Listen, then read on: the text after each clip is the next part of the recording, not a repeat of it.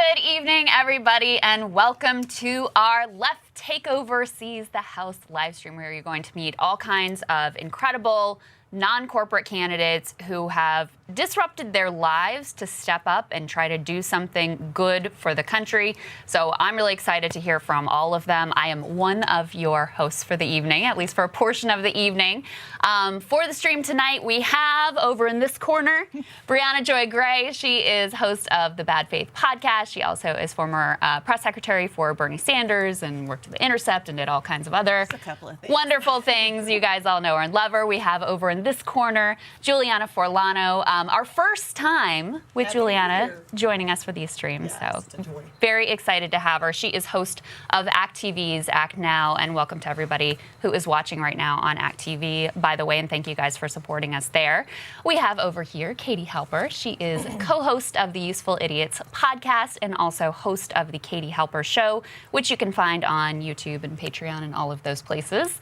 And right here, the woman who inspired this evening, who requires no introduction, the one and only Marianne Williamson, of course, former presidential candidate, and you all should be subscribing to Marianne's Substack, which is mariannewilliamson.substack.com, and I'm co-host of Breaking Points and co-host of Krystal and Friends and all that good stuff. Marianne, you really led the charge in terms of getting this stream together and saying, listen, we need to do something. We can't sit around on our duffs and hope things get better. We need to back people who are stepping out into the void and trying to do something out there in the country. You have selected these candidates because you think that they represent a different direction for the Democratic Party, but for the country at large. Could you just tell people a little bit who these people are and why you think that they are so worthy of everybody's support? I'll be glad to do that. It was a little over a year ago that I began endorsing candidates, working with my friend and a bit of a mentor, Howie Klein, from the Down with Tyranny blog that I'm sure many of you read. And I had felt, after I myself ran for office, that I wanted to, in whatever way possible, continue to support the issues, the policies, the topics that had meant so much to me when I ran. Because these issues matter to millions of people. And what is particularly frustrating for many of us now is that when it comes to something like Medicare for all, the majority of people want it. When it comes to free college, the majority of people want it. When it comes to canceling the college loan debt, the majority of people want it. When it comes to a more righteous foreign policy, the majority of people want it. When it comes to a Green New Deal, the end of the terrible environmental crisis, the majority of people want it. Also, a majority of people in the United States have begun to understand that it is a matrix of corporate entities that have undue influence on our politics, on our government, primarily because of the money that they spend. And as a consequence, the issues that are so clearly what Americans want are not necessarily the issues that are on the table and turned into policy. Well, so you ask yourself, well, why is that? Why is it that the will of the American people is not being represented in Congress? Theoretically, in a representative democracy, that's what would happen. People would go to Congress and represent the will of their constituents.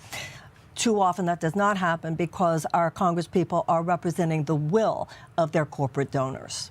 Now, the problem is not that we don't have incredible people in the United States who would know how to change policies. You hear people say all the time, our problems come from bad policies and they could be changed and solved by good policies. But too often, the people who would go to Congress, who do have the expertise, who do have the skill, who do have the knowledge, and would know what to do if they could just get in there, are not in there because they do not have the kind of establishment support, specifically corporate financial support, that would help them do that. Too often, people are there because they are supported by corporate donors whose profit maximization is contradictory. It's in contrast to what we know to be the will of the people. How do we override this? We override this by voting. There are a lot of other different ways that we work on this as well. But it's so extraordinary to remember that women didn't even have the right to vote in the United States until 1920. The Voting Rights Act was in 1965, dismantling the worst aspects of segregation in terms of the suppression of the vote among black people. And then in 2013, the Supreme Court began gutting the Voting Rights Act. That's why we have all these voting suppression efforts all over the country, But there are a lot of different ways that they suppress the vote. Not only in the ways that we all know about, coming out of state houses, unfortunately, all over the country, but through these financial shenanigans and, unfortunately, the establishment forces that work within both political parties that too often peripheralize the kinds of candidates that we're talking about here tonight. So all of us have podcasts and work that we do, putting out information all the time. I love the badass panel that we have here. And the people that you will hear tonight, specifically in answer to your question, and this is where I really hope that you will look at your site and look at that donate button at seizethehouse.com. These people, by definition, do not have corporate support. And one of the things that Krystal already said, it's hard to run for office.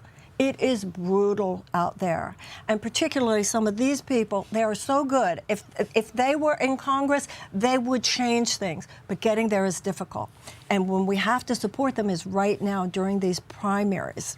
So if you go to seizethehouse.com, or if some of you have already given, I want to thank you, have been supporting at candidatesummit.com, they go to the same place, you will see a whole bunch of progressive candidates. They're fantastic, and each of them have a video under their name. Not all of them could be with us tonight. We only have 3 hours. When you donate tonight, I just want to say this before I turn it over to my friends here. When you donate tonight, if you go to the donate button, there's a box at top, which means I just love all of them. Here's my money, and just distribute it evenly. But also, if you see some people here tonight, or if you see others on the page whose video you particularly respond to, and you want to give to them individually, feel free. Please don't think that any amount is too small, because a lot of people are watching right now. Your $5 does matter. Your $10 does matter, or however much you want to give. Up to $2,800 would be the legal. So you do what is right for you. Anything you give is appreciated. And I think when you hear these candidates tonight, you'll know why all of us have faith that if we get them to Washington, they'll change this country. And I do think it's important, one thing you said there, which is that there are a lot of other this is not a comprehensive list tonight that you're going to meet of the great candidates that are out there. These are just the number that we could fit into this live stream. Mm-hmm. Bri, I wanted to ask you, we have all had our political hearts broken more than a time or two at this point. And there are a lot of folks out there, some of whom may be watching the stream right now, who say, you know what, I just don't believe this is going to work. I don't think it's going to matter. I don't think it's going to change. I believed in the squad. They haven't, we just saw AOC this week, unwilling to even say a word against Nancy Pelosi in an interview. I just don't know that this direction is a fruitful use of time. And some people would even go further and say, in fact, by even backing people in Democratic primaries, you're sort of bolstering the Democratic Party and channeling people into a Democratic Party that does not deserve their support. So let me ask you personally, because you're sympathetic to that viewpoint, why are you here?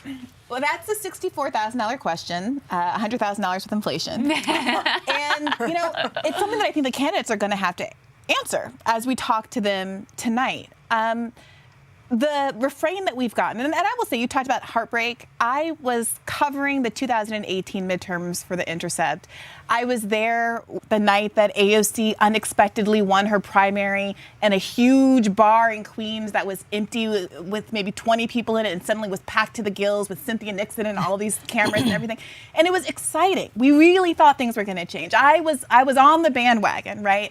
And so when I have offered the critiques that we've all been making over the course of the last couple of years, it's coming from a place of sincere disappointment, not kind of, haterade. Yeah. And so when I reflect on these candidates, which seem, as promising in some ways as AOC, I think it's really important to ask them specifically whether or not they would be willing to take the kind of adversarial attitude that we expected from AOC and other squad members. Because what we've seen is that some of these biographical things that we thought were going to mean a lot didn't pan out quite the way we expected.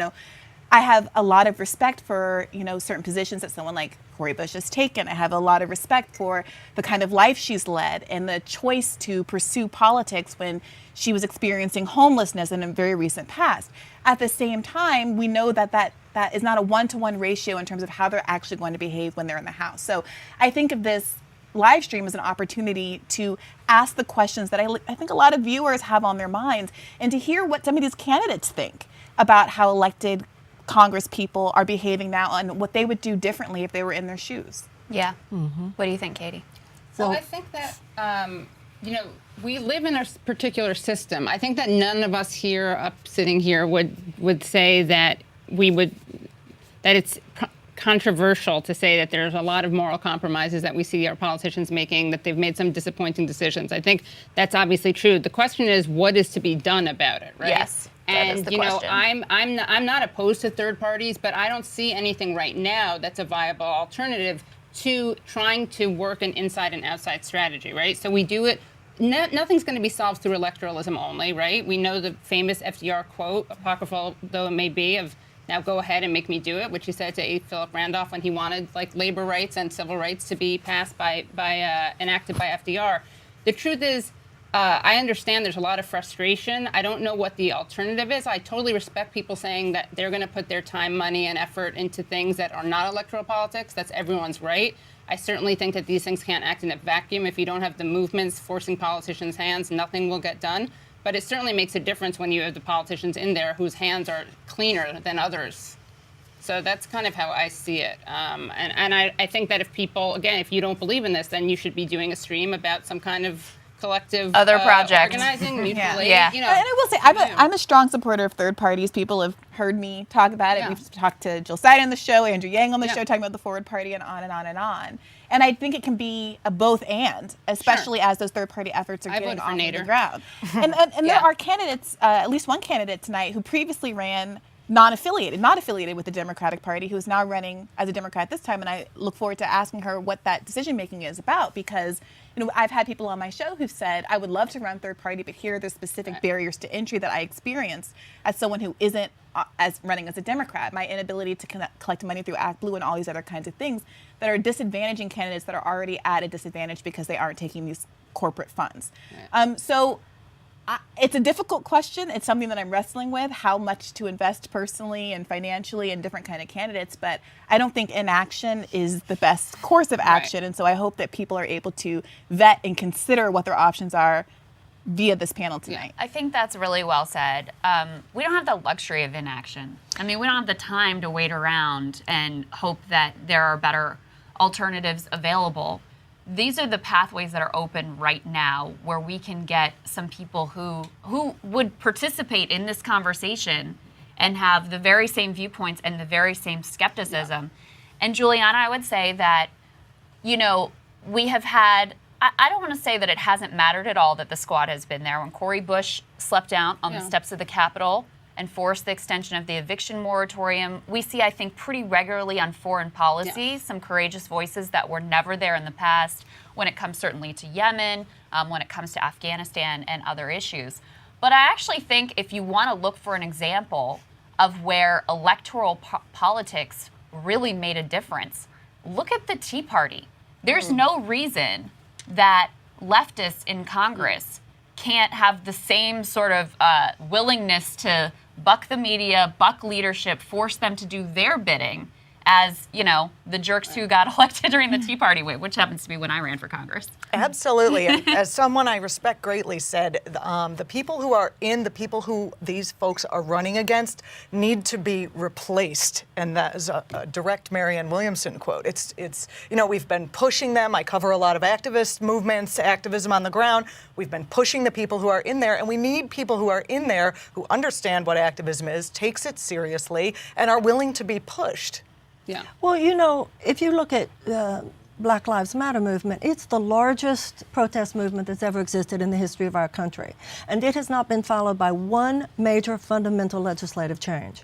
So a lot of these people aren't pushable. I mean, as long as you have the kind of undue influence of corporate money that you have in our Congress right now, a lot of these people who are there, particularly these people who have been there for 10, 20 years, they don't really care that much how much pressure is being placed upon them, because that's not the pressure that they're responding to. They're responding to the pressure of the corporate lobbyists that are in their office all day, every day. And I think what Krystal just said is so important.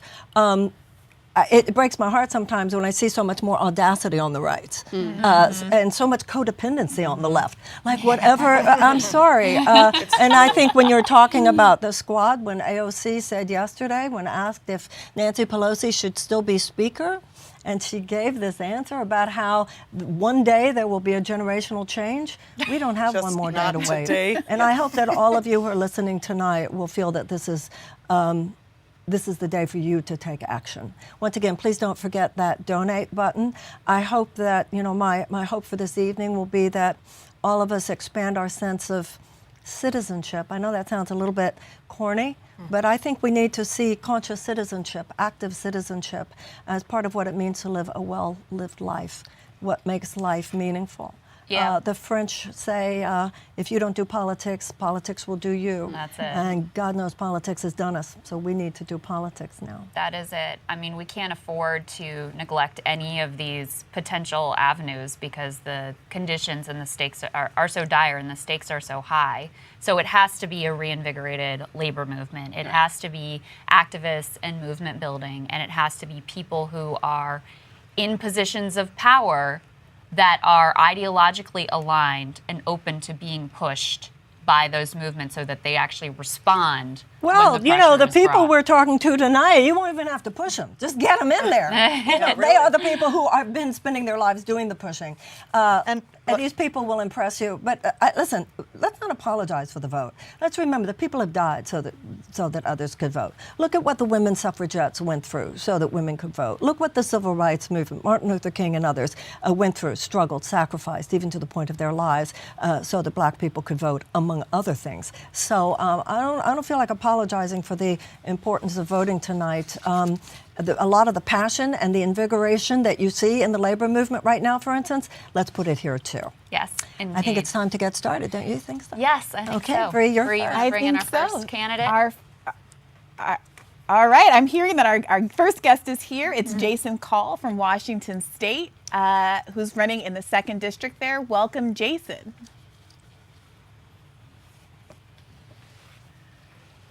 Jason, we need Can't some hear. sound. I could kind of lip sync that it's a pleasure to be here, and I'm really proud of myself for being able to figure out what Oh, you no. said. Okay, there you go. All right, we can hear you. Are we back? Okay, good. Thank goodness, because I thought we had it all worked out. Briahna, we met each other in the parking lot of Nina Turner's campaign. That's right. So it's a pleasure to talk to you again. So I hear you've got questions for me. I'm excited to talk about my campaign. I want do. to answer questions. I first want to ask you, I watched your campaign video and I see that your commitment to Medicare for All is a personal one. I wanted you to introduce yourself to the audience by talking a little bit about why it is so personal to you and what you see your role as being in the movement to enact Medicare for All in this country. So thank you for that. Yeah, it is hugely personal to me, and I say that the story I tell is the story that millions upon millions of people in this country tell. My mother was denied a routine surgery stay. She did not feel well. They wanted to send her home. She didn't want to go home. She ended up being forced to go home, collapsing, going back in the hospital. And the last 10 years of her life were she couldn't work. She spent months in an induced coma, had to learn 2 years to learn to walk again. And then she went from being a working woman who had a good quality of life to having the last decade of her life really essentially ruined by the insurance industry. And I don't ever blame hospitals or doctors or nurses. They are the real caregivers in this country. They are providers. The insurance companies are simply parasites who are there to profit off of suffering. And I want to shut them down. The reality is I support Medicare for All. At the federal level, we do not have enough support. The person I'm running against in Washington 2nd District has said over and over and over again, he will not support a single payer system. The people in my district want it. They recognize the need for it. And I'm on the board of a group called Whole Washington that I'm sure you've heard about. And we're trying to get state single payer here in the absence of a federal bill. But the federal bill is the gold prize. We want a federal national improved Medicare for All health insurance bill. So I just interviewed actually Ash Kara for our show tomorrow, and I was asking him what happened with the state Medicare for All bill in California. And an interesting point that he made was that there were only 2 assembly members in the state that didn't take corporate money. And I was shocked because California is what we think of as, the most progressive state in the union. And I wondered if you could speak to who your opponent is taking money from and what role you think that's playing in not having these bills pass across the country. Well, the first thing I want to do, if anybody really wants the deep, dirty story about the incumbent I'm running against, go to my website, callforcongress.com. Look at the Rick's Receipts tab. My team has done gold standard opposition research on the incumbent. He's been the incumbent in this district for 22 years now. Takes money, bags of money from the fossil fuel industry, from the military industrial complex, from the banking industry, does things like votes for the bankruptcy bill in 2005, which was what actually first put me in opposition to him as a representative. I said, I don't like this guy. I'm going to work against this guy.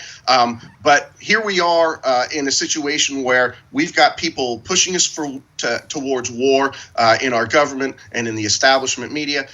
And we've got people, he's fourth ranking Democrat on the House Armed Services Committee, and he's the chair of the aviation, actually running to be chair of transportation. Well, I want to know, how are we ever going to get a green and sustainable transportation system when you got the guy running the show who takes all the money from not only the fossil fuel industries, but all of the other industries that use the fossil fuel industry? There's no incentive when these people are piling money into his campaign coffers. There's no incentive for him to force any real change, even though it's what's needed in this country. Now, in my district, we have more coastline than almost any other district in the country. We stand to be substantially impacted by rising tides. And a report just came out that by 2050, we're almost guaranteed to see a foot rise in tide unless we do something about it right now. Well, he's completely performative on the issue of climate change, not going to do a thing about it. I don't want him to be chair of transportation. I want him out of there, and we need voices against the fossil fuel industry right now in Congress. So, Jason, what are your biggest obstacles then to getting elected? I mean, you're dealing with an incumbent. How long has he been in office? He's in his 11th term now. In his 11th term. And has he been challenged before?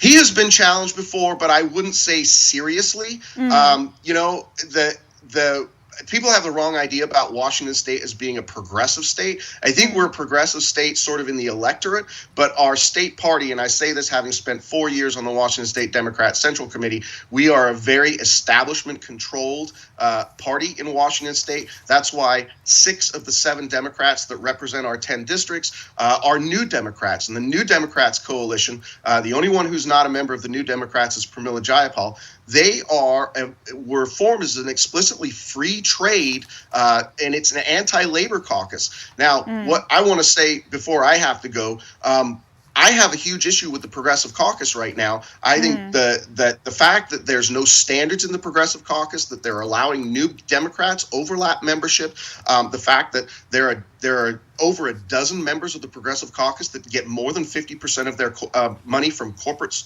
PACs, I think it's terrible. I think the Progressive Caucus needs to have some standards, and if people out there want to know what I'm going to do different, I will tell you what, I will not join the Progressive Caucus until they get those standards, because I'm not going to sit at the same table with people like Adam Smith and say that we have the same goals, because we don't.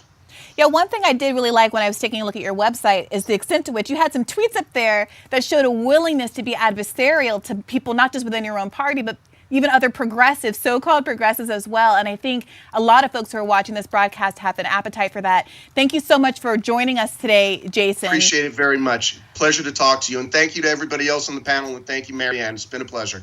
Thank you. Well, everybody, you can see that this is hot stuff, because you could hear from everything that Jason said. He knows what he's talking about. You're going to feel that way about all these candidates. Please don't forget the donate button. Over to you, Juliana. Actually, we're doing a little rearranging. We're shuffling. Doing a bit of shuffling. Yeah. So we're going to be now joined by Mike Ortega. Oh, okay. Yeah.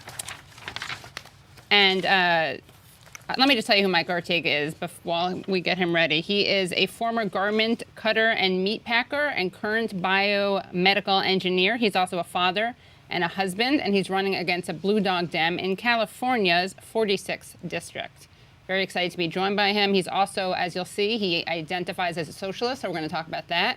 And as he's getting ready, just one other thing I want to add is that I think that I'd much rather be disappointed by more progressives in power Yeah, exactly. than try Thank you. to act within the world in which we live right now, where there aren't that many. I feel like we've skipped a step a little bit. And even, even people who, not to sound like a Leninist, but even if you have that perspective, there is something that's known as a political education.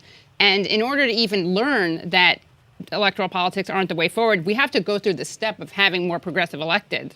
As Then you Lenin can himself say said, that's, or- Yeah, Or from within. friends of mine who are very critical of electoralism right now, many of whom shows you probably watch, Show. often note that they were radicalized through the Bernie 2016 or 2020 campaigns, and that they will acknowledge that they learned a lot about what to fight for and how to fight for it through those processes. So even though I have a lot of respect for people who say maybe I don't want to even give money, that's a very different thing from divesting from the process and following and getting to know these candidates. So I'm glad we're all here. Yeah, I would definitely agree. And without any further ado, let us bring onto the stage, virtual stage, Matt Ortega. Thank you so much. Mike Ortega. I'm a little nervous. The order got overthrown. Freudian worries, slip. we're all good I here. wish the Not order the got real I wish the order got real overthrown, order didn't actually. get Yeah. overthrown. Can you tell us, you identify as a socialist. What does being a socialist mean to you? And how does that shape your politics? And is that something that resonates with your community? Being a socialist to me means that you fight for working people, you fight for middle-class families, and you absolutely reject working for the corrupt ruling rich. And so really it's about power in the hands of people. I think that message is doing really well in our community. There's a lot of pundits, academics that try to say, hey, in a majority Latino district like yours, they're not progressive, they don't have all these high ideas, they're not woke. The reality is that those people are sitting behind their desk for too long in their offices. Working people want to hear a politician step up and actually address the struggles they're facing on a day-to-day basis. They want to hear somebody that's willing to fight for their access to healthcare, somebody that's willing to fight against the rich and powerful, because they're fed up both with Nancy Pelosi and with Mitch McConnell. And they want to know that they're going to be able to support and be a part of something different.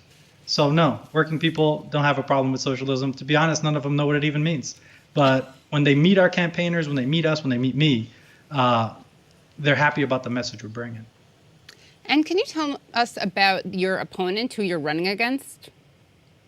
Sounds like a great we're running guy. against, we're running against Lou Correa, who's a Blue Dog Democrat. He's member of the Homeland Security Committee. He is a big supporter of U.S. militarism abroad. He's a major friend to the big pharma industry, big oil, banking, and big tech.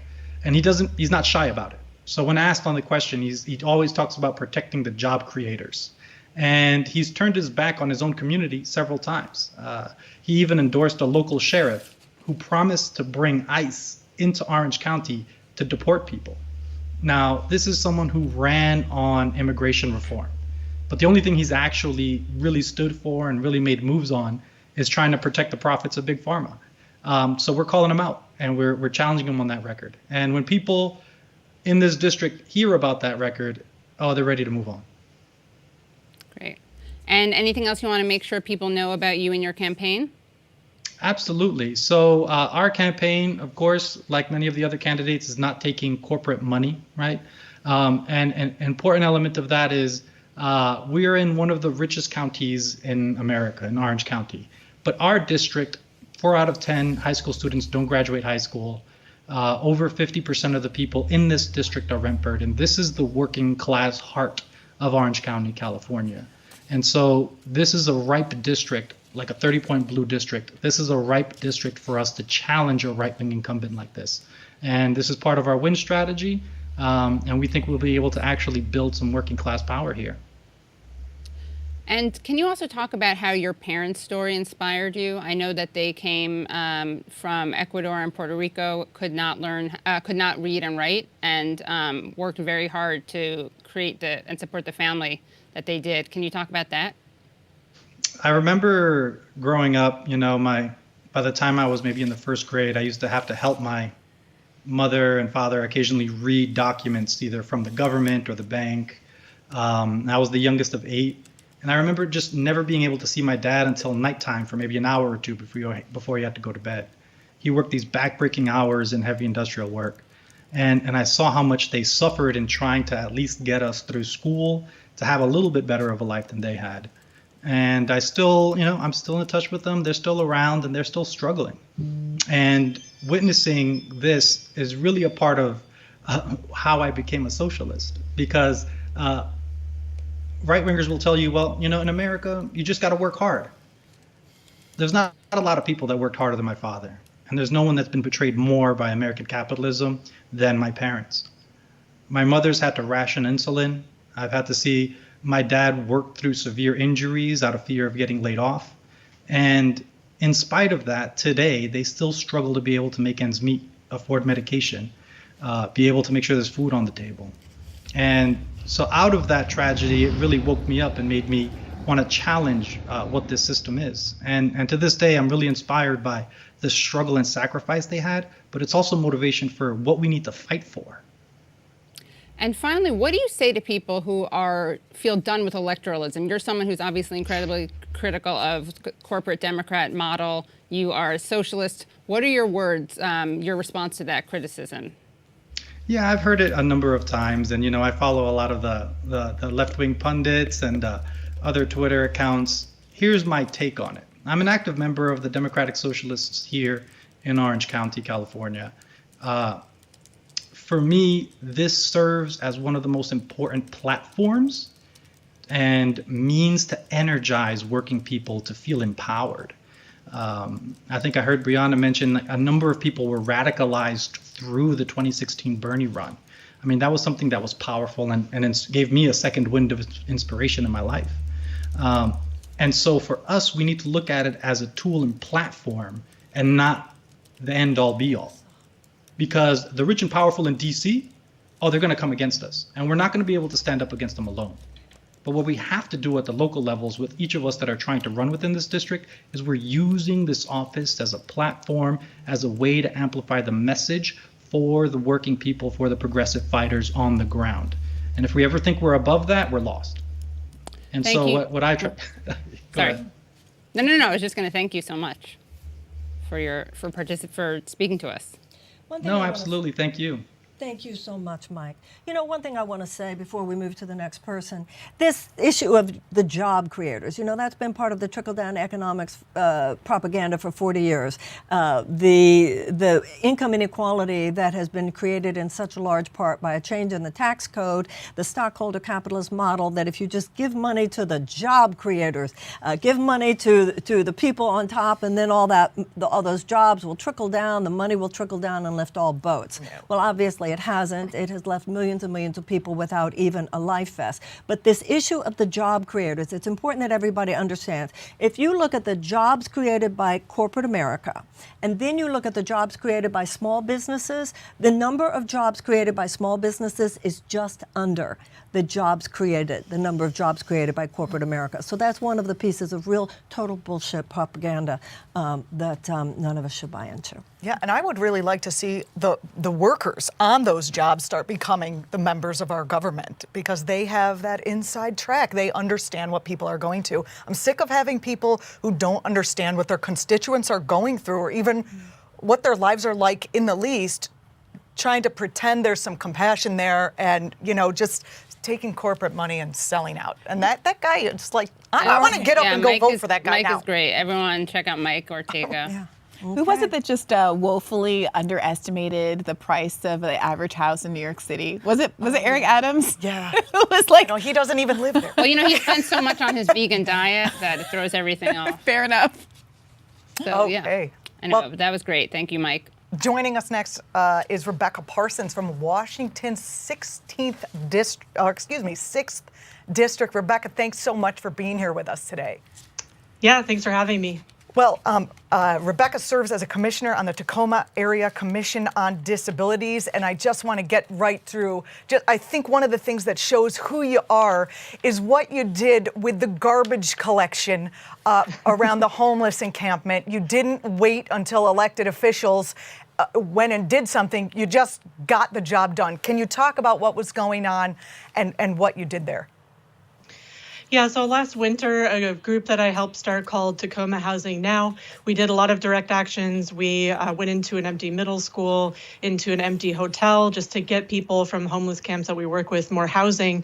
But one of the common complaints as well of people who are homeless, especially in camps, is that the city refuses to provide trash service to them. And so what we did was we took a cue from the Young Lords who did this back in the 70s. We went to the camps with two U-Hauls, two rental trucks that we had rented. We picked up over 100 bags of trash, mountains and mountains of trash, piled them into the U-Hauls, and then drove to City Hall and dumped it in front of City Hall. And then what do you know, a couple hours later, the city managed to take the trash away. And so it just shows that what is possible when you actually challenge the ruling elite, especially through direct action. And that's what I'm interested in combining. I've been hearing the discussion even on this call and many other calls as well about is electoral politics worth it anymore? And no, it's not the way that we've been doing it where it's solely electoral, but direct action does get the goods. I have seen that personally. And if we can combine a seat in Congress with direct action nationwide, I think we can achieve some real results. What kind of pressures do you anticipate coming at you, or what has already come at you from the forces that would keep you or people like you out of office? Well, my opponent and his supporters have spread smears about me, made up things. The state party has blocked me from using certain tools that I need to run. And it's also, there's been a media blackout locally during the last campaign. Not a single newspaper wrote about me. One did at the very, very end. But I was running for over a year. They wrote an article about a man who was thinking about challenging my opponent. And then they wrote an article about how he was no longer thinking about challenging the opponent.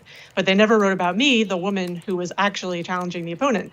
And I was actually, when I started, the first woman to ever run for the seat. And we never have had a woman represent the seat. And so that, people talked about the Bernie blackout. Well, we see that locally as well. Media is very skewed towards incumbents and corporate interests. Talk about how you're getting the word out.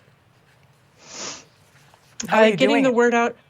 Yeah, well, like last time we made over 900,000 calls, close to 1 million. We'll definitely keep doing that. And then as the pandemic, hopefully, fingers crossed, things continue to open up and it's safe to do so, we'll be doing a lot of canvassing and reaching out to voters one-on-one. Last time we would speak with people on the phone who said, you're the first political campaign that has ever reached out to me. We got a lot of support from seniors across the district. So this idea that, progressives can only get elected with young people. Yes, young people are important, and renters. That's who we're reaching out to, but also seniors who are trying to scrape by, rationing their medicine so that they can afford their rent, or cutting back on food so that they can afford their insulin, that kind of thing. So it's really a multi-generational, multiracial coalition across the district. It's absolutely sickening that is even happening. Will you have an opportunity to debate your opponent, and when is the primary?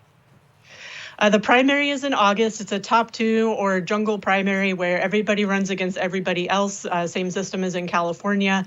And I'm not sure if I'll have the opportunity because last time my opponent refused to debate me and didn't even acknowledge the campaign publicly. And so we'll see what happens this time. But we are able to get the word out there and let people know that, hey, this guy, he has been in office for almost 10 years, and he's a Democrat, but GovTrack ranks him the 15th most conservative Democrat in the House. He joined with Republicans to sign a letter calling for Social Security cuts. He opposes Medicare for All and the Green New Deal.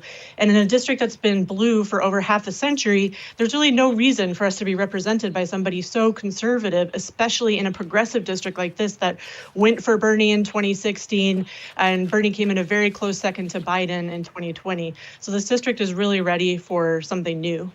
Well, we are happy to support you here, and I hope everyone watching will go to our site and support you. Go to your site, go to the site that's collecting here. I want to get on to a couple more questions that I have for you.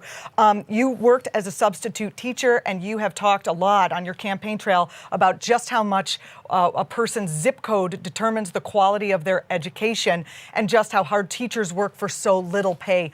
Would you like to make a comment on the state of what's happening both in your district and across the country at this time? Yeah, education is a huge issue. Washington State actually has the most regressive tax system in the entire country because we don't have an income tax. And so how does the government, the state government, local government make up that shortfall?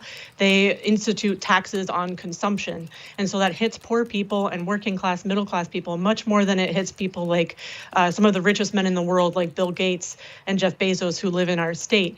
And so where you live really determines the quality of the education you get. And teachers do their best, but I saw as a substitute teacher just how stretched thin teachers are, how few resources they get. And many teachers have to have second jobs. We're heavily unionized, one of the most unionized states in the country, very strong teachers unions here. So teachers are better off here than maybe in some other parts of the country, but there's still a lot of work to be done. And in other parts of the country, teachers having to work second, third jobs just to get by. And then meanwhile, students receiving very different levels of education based on the income level of the zip code that they live in. I'm switching to another topic. This is just a straight up, we have like a minute left, so I want to make sure to get your answer on this. Would you join the Progressive Caucus, even though they're not necessarily progressive in some areas of the environment, foreign policy, et cetera? And if not, what would you do instead? I would be really interested in joining something like what Jason Call has talked about starting. It may be smaller, it probably will be smaller, but a small group of really principled members of Congress who will fight for things like Medicare for All, the Green New Deal, and housing policies that I'm really excited about, but that nobody that we just don't talk about. For example, rent control is possible nationwide, and we have had it in this country before, and we could have it again. And so I would really be interested in putting energy into and joining that kind of a small caucus with other candidates like Jason Call or Stephanie Gallardo, another progressive running here in Washington State, so that we can force the issue. Thank you, Rebecca. Rebecca Parsons from Washington 6th District. I wish you the best of luck, and I suggest everyone watching right now go and support Rebecca and the other candidates. The more I talk to the candidates, the more I want the whole slate. I want the whole slate. I do too, and I hope once again that you'll go to that donate button and see all of the slates, and you can hear from the candidates already why we want these people to be in Congress and why we want a wider, more expanded set of problem-solving modalities to be presented in our Congress. Okay, I think and that's Seize the House, right? SeizeTheHouse.com is where we're SeizeTheHouse.com. SeizeTheHouse.com. I think you're going back to Imani. I think it's going back to me. Yes, Imani. I'm so happy that she's here. Imani Oakley from New Jersey's running for New Jersey's 10th district. She attended. Hi, Imani. Hi. I was just about to give you a whole background, but hi. It's so nice to see you. Thanks for joining us today. Let me move back a little bit. I'm a little close. There we go. No, you're good.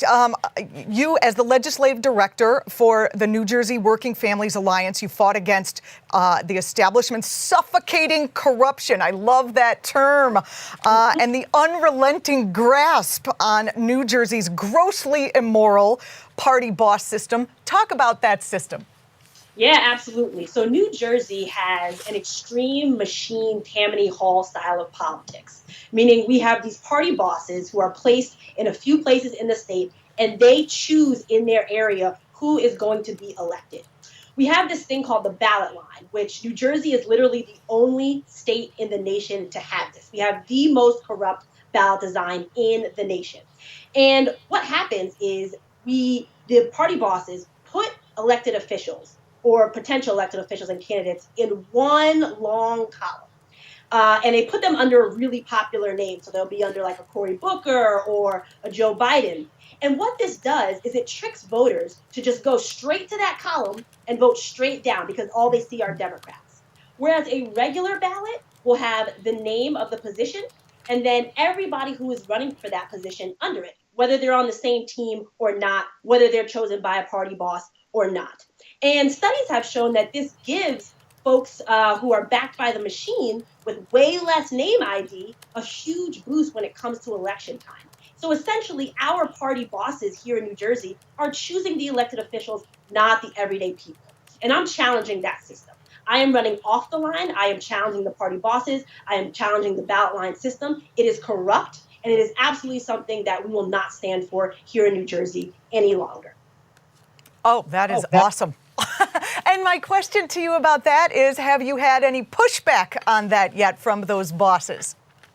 Oh, of course, definitely. I mean, it's really, really nasty, especially what happens to women of color when they do these challenging type of races. I mean, I have been called really nasty names, like vagabond, which essentially means like homeless and dirty. I've been called, unqualified, which is amazing because my opponent literally inherited his seat and hasn't worked for anything his entire life, was born the son of a congressman. And I've had to work for literally everything I've ever achieved. I'm an attorney. I've worked in the United States Senate. I've worked in the New Jersey legislature. I've worked in grassroots spaces. So it's really amazing the types of nasty names they call you, and the types of things they try to do. But again, I've been in this space a long time. It's nothing that I wasn't prepared for or nothing that I don't expect. And frankly, it's not something that the voters are going to fall for. I've been having a lot of conversations with voters lately, and they are ready for change. They are equally as fed up with the party boss system in New Jersey as I am. So I'm very, very confident that none of their typical tricks are going to work this time around. I enjoyed learning about the fact that the incumbent just basically is the son with the same name as the guy who was in for a while, and he's not doing anything useful. In fact, he takes tons of money from big polluters. Is that accurate? Very accurate. He's taken money from ExxonMobil. He has taken money from several oil pipeline PACs. And it's not just mega polluters, but it's also other bad actors. He's taken money from Raytheon, which is a weapons manufacturer. He's taken money from the same realtors PAC that tried to stop Elizabeth Warren and Cori Bush's eviction moratorium during a pandemic. He's taken money from Wells Fargo, so people who have been doing predatory lending for God knows how long. I mean, this guy really has no scruples when it comes to who he will accept money from and who he will allow to control him in Congress.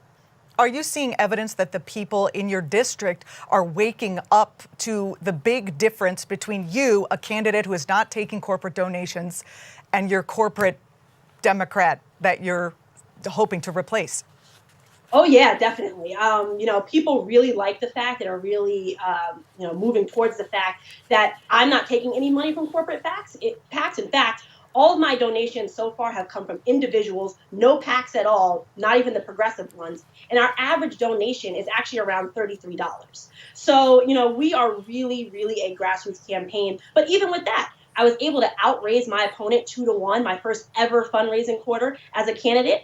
And our second quarter, we still raised over six figures. So we're doing excellent, and people are really, really gravitating towards us because really people are fed up in New Jersey. People are ready for change. They're tired of the same old party boss system, the same old good old boys club. They are sick of that, and they want somebody who will actually work for them and work for the district. Imani, talk about the environmental challenges that New Jersey itself is facing and how important it is to treat it as the emergency that it is, the climate emergency. Yeah, for sure. So we actually have some of the highest rates of childhood asthma in the nation due to high levels of smog. Where I am in New Jersey, we're very, very close to the city, actually. And so, people tend to drive as opposed to taking public transportation because our public transit is not efficient and it is not green. So people tend to drive. And what that does is it gets pollutants stuck in the air, especially in the summer and in the hot months. Pollution gets extra caught in the air, and that tends to attribute to high levels of childhood asthma in the area. We also have an issue with lead in our pipes.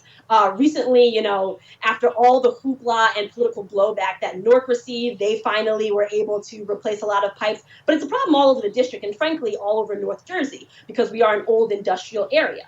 We also have an issue with lead in the paint of old homes and apartment buildings, as well as in the soil, which is one that really doesn't get talked about that much. And then finally, this past hurricane, Hurricane Ida, it really, really hit this area very, very hard. There was flooding like I've never seen before. I've lived in this area my entire life. And for the first time ever, I'm 31, for the first time ever, my basement flooded because of how much rain and downpour there was. And frankly, our infrastructure is not green and ready for that type of downpour. It's not ready for that type of climate change. So we need to be investing in candidates that are going to be fighting for a Green New Deal and fighting to make sure that we can give good federal jobs guaranteed, good union paying jobs to those who will go and fix our infrastructure and make it green, especially in this area where it's such a critical need. This is a final question I have for you. So biotech and big pharma are New Jersey's main industries. And is there an appetite for folks in New Jersey to go against those main bread and butter industries in the state and really do the kind of thing that you'd like to do, which is support a Medicare for All program? Mm-hmm. Yes, absolutely. Because, frankly, people cannot afford their health care. It is entirely too expensive. And you know what? I often think about in a post-COVID world where we're dealing with things like long COVID, where we're dealing with things like people getting COVID and having to go to the doctor and get those checkups. People are really starting to realize in this area, like, hey, listen, we need single payer. We need Medicare for all, because there is no way that when we're dealing with these long-term effects of a pandemic, that we are really going to be able to afford our healthcare moving forward and to make sure that we are healthy moving forward. So even though those are huge industries, everyday voters are tired of the games that pharmaceutical companies are playing, and they want to see Medicare for all and single pay. Imani Oakley running for New Jersey's 10th District. Thanks for joining us. Thanks for doing this work. We know it's not easy to run an unbossed campaign and an unbought campaign given what is going on in our government. And we look forward to hearing more from you and supporting you the best way we can. Thank you so much for having me. Every time I talk to another candidate. I know, they're so great. I know. They're great. I know. If you think about what this country would be like if we had more people in Congress who were like the candidates that we have here tonight. And remember, the candidates on our list at seizethehouse.com are not the entirety of all the incredible progressives who are running around the country, but they need our support. Imani was just talking. Others have talked about how their opponents have gotten money from banks, insurance companies, defense contractors. How surprised can we be? If somebody's gotten huge donations from a defense contractor, then of course they're going to be more likely to vote for these huge, obscenely gargantuan defense budgets. But the people that you're hearing tonight are people who would change these things. They would bring the priorities that actually represent the will of the American people in poll after poll. So once again, please don't forget the donate button. Let's do what we can to help them get there. Another reason it's important to elect progressives is because it changes the notion of what's politically viable and popular, right? We know we've been bamboozled by political and media elites into thinking certain policies are fringe. We know that's not true. And then seeing this reflected in politicians, people become aware of the fact that it's not just a fringe thing for politicians either. So that's another reason. And speaking of which, I got to bring in this next guest because he's one of those people who's going to make a big difference. And he's one of my guys because we're all assigned different people. We're so excited. Sergio Alcubilla is a husband, father, immigrant poverty law attorney, and he's running for Hawaii's 1st District. Welcome. Hi, everyone. Hi, Katie. Aloha. Aloha. A lot of people think of Hawaii as this kind of paradise, as a vacation destination. What are the struggles that working people in your district are facing, the challenges and struggles that they're facing, that you would be remedying and fighting for? A great question, Katie. I mean, from the outside looking in, people think we're living in paradise, right? Every day is a vacation. But in reality, we live in the most expensive state in the country and with one of the lowest minimum wage ever. So, a lot of people are working 2 or 3 jobs. Even myself, even though I'm an attorney, I was working a second job in the evening just to make ends meet. I was working in a women's shoe department store, selling women's shoes. But that's the reality for so many people here in Hawaii. And for all the viewers that are listening, I want you to remember that next time you come to Hawaii, if someone's working at the hotel or someone's working in the tourism industry, just remember this is probably their second or third job for the day. And speaking of working hard, could you tell us about your opponent who, if he's working hard, he seems to be working hard to make the lives of people more miserable, not better. Can you tell us about your opponent who's a big Blue Dog Democrat? Yeah, so our current incumbent for this district, he's the co-chair of the Blue Dog Caucus. So I put a lot of blame on him if with Build Back Better not being able to pass, because he was the one that was pushing for decoupling it from the infrastructure bill. He's born into wealth, born into privilege, completely the opposite of who I am and what I stand for. Even though we're both attorneys, we just completely fight for different, for different things. But yeah, Representative Ed Case, people know that people are starting to find out that he is not fighting for their best interest, and it's time for change. And what are the other unique challenges that you'd be focusing on representing the First District of Hawaii, specifically, for instance, how the pandemic has affected your district? Yeah, and this is what really brought me into politics to begin with. With the pandemic, because so much of our industry is focused on tourism. So when the pandemic hit, at the height of the pandemic, there were so many people that were unemployed, and they were waiting for their unemployment insurance benefits. So I helped organize a rally at our state capitol on behalf of these unemployed workers, fighting for their unemployment insurance. And of course, our state capitol was closed, but if you were a lobbyist, or if you were someone with power and influence, or if you were someone with money, of course you could go up there and speak with your legislators. And for me, that was just disgusting. And it infuriated me, and it just made me want to really put my name out there, and I'm going to continue that fight. And how has your biography, your experiences, how have they influenced your worldview and your campaign? I know that you lost your father from a young age. Your mother had an extremely hard experience also coming over from the Philippines. Can you talk about how that shaped your campaign? As an immigrant from the Philippines, I came to this country at 7 years old after my father was gunned down by a communist hit squad. My mom was 7 months pregnant with my youngest brother at the time. So she brought me here to the United States, left the rest of my siblings behind until she was able to save enough money to bring the rest of my siblings behind. But as a single mother raising 6 kids here in this country, I mean, I know how much work and effort she's put into trying to live the American dream, and it's been a struggle. And for me, that's to be able to give back and make life better for other people. I know from firsthand experience really what the people are struggling with, and that's something that our incumbent just cannot grasp. Working families, being able to afford childcare for their children, being able to afford preschool, being able to afford just to be able to simply live here in this country. But, and that's what I'm going to continue to fight for. And that's really at the heart of my campaign, is just that experience growing up as an immigrant, growing up in a single parent home, and just seeing my mom work hard day in and day out. I want to pay it forward, and I'm going to stay true to those principles. And so what are some of the things that you would work on first if elected? Well, one of the first things I would do, of course, is make sure that my staff, they have a living wage. So many people in DC are just barely getting by. But I want to set the example when I say that, I want to give a voice for the people. I'm going to not just say it, but actually do it. And that's going to start with making sure that, that my staff have a living wage. And second, I'm going to pick up the pieces of Build Back Better. With that thing just failing right now, there's so many things that can help people here in Hawaii. Making sure that people can afford childcare, making sure that people can afford insurance, making sure that young families can continue to live here in Hawaii, with so many people here just giving up and throwing in the towel and moving to the continent. I have just so many friends here that they just cannot afford to live here, where the median price of a home is $1 million. $1 million. And for me, I'm renting a small house, and our home is $1 million. I would have never imagined I would be living in $1 million home. Wow. And anything else you want to make sure people know about you, your campaign, what you're fighting for? This campaign is people-powered and people-centered. We've made the pledge not to accept corporate PAC money.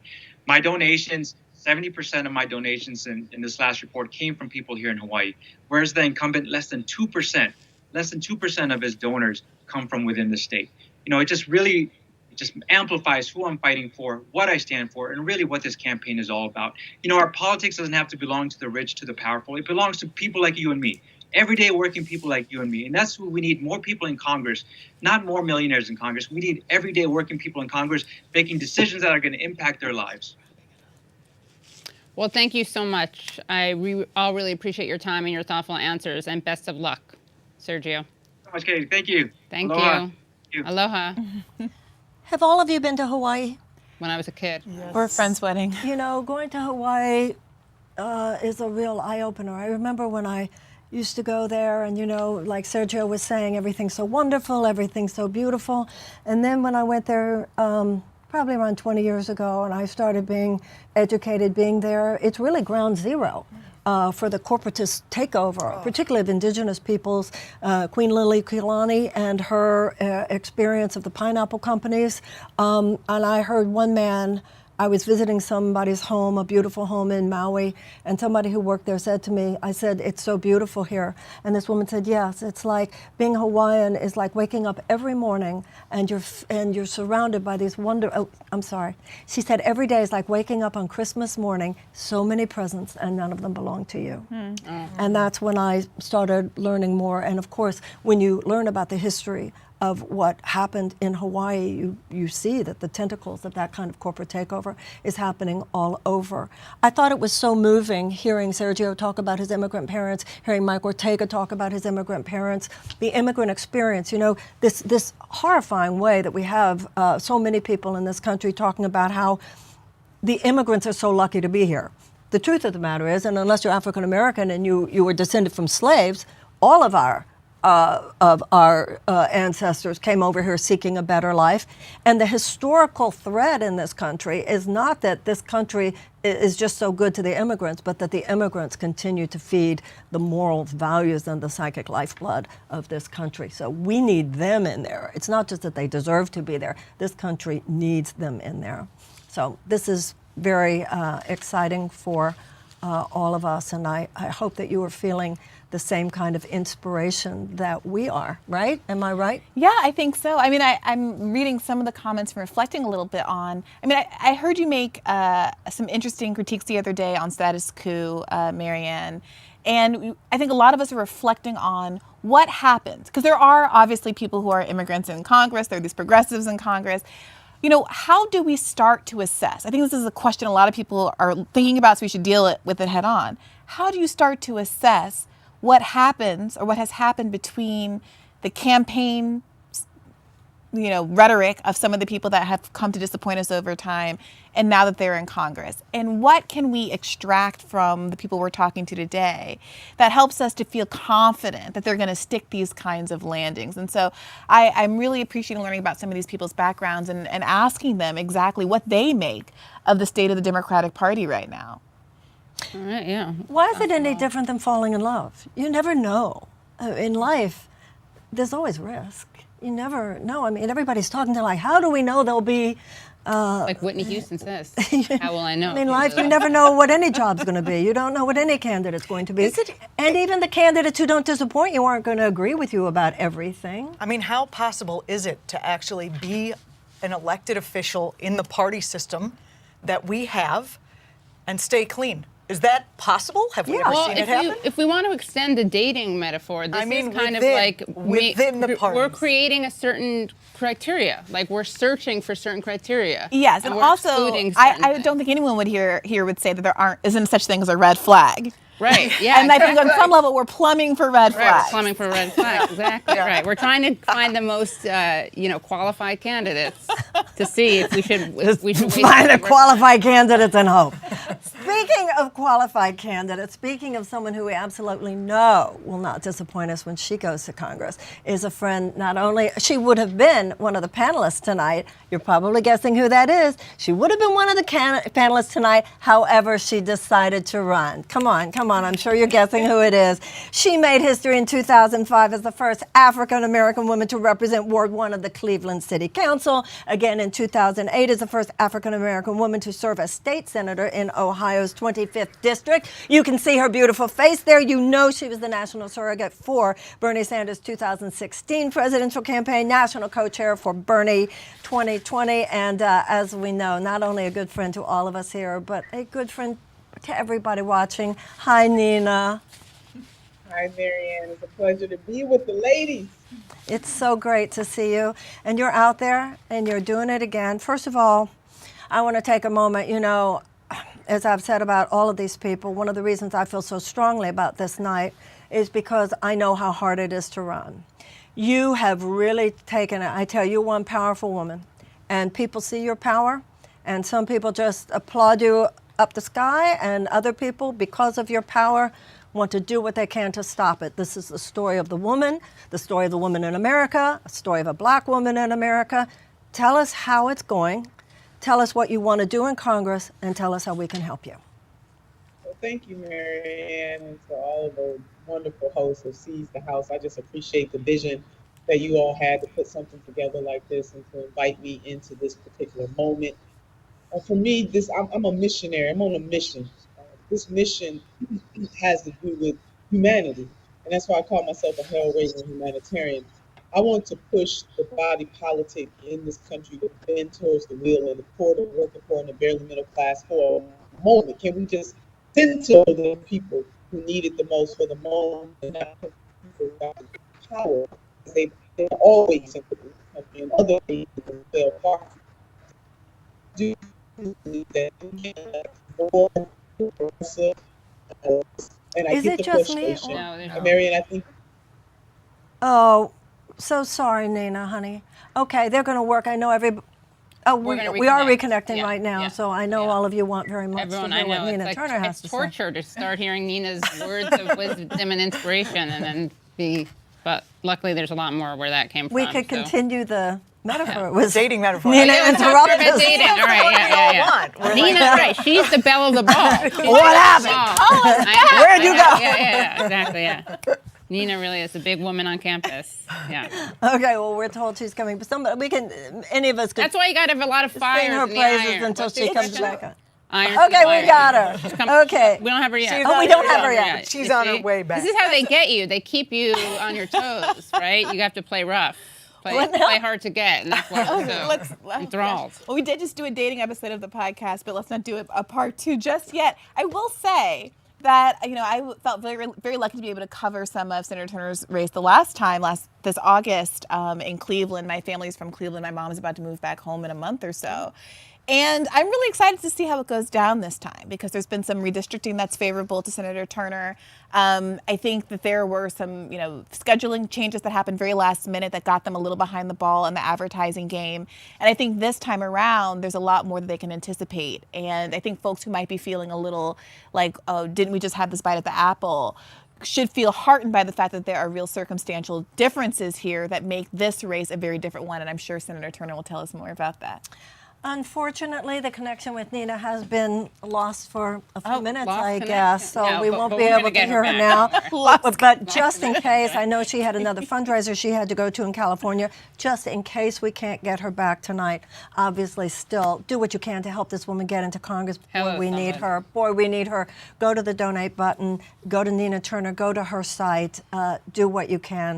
I'm going to throw it back over to Julianna right now because the next candidate is great also. Connecticut, right? Yes, I lobbied to be the one who got to interview She's a because corporate lobbyist. I'm a corporate lobbyist. I'm a candidate lobbyist because if elected, this next candidate would be my representative. I'm in the district. Muad Hraizi, first-generation American, one of 6 children, was born to Libyan parents who came to America as asylum seekers and settled in my home state of Connecticut. Welcome to the program. Thanks for being here tonight. Thank you for having me. I'm thrilled to be joining these awesome cast of hosts. So, yeah, thank you. As I was getting to know you by doing my research, I'm like, I got to sign up to help the campaign. I'm just down the road, so you'll be seeing more of this face when I get home. Awesome. Many questions for you. First, can you talk about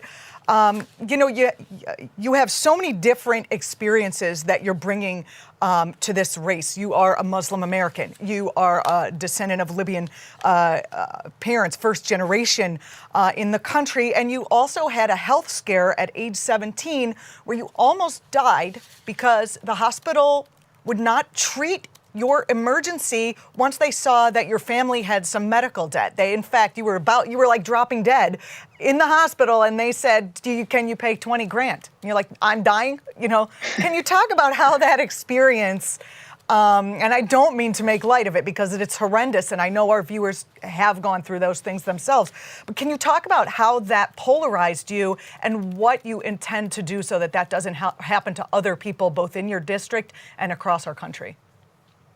Yeah, absolutely. Great question. And I always say that I've experienced both some of the beauty of our country and kind of the nightmare of our country as well.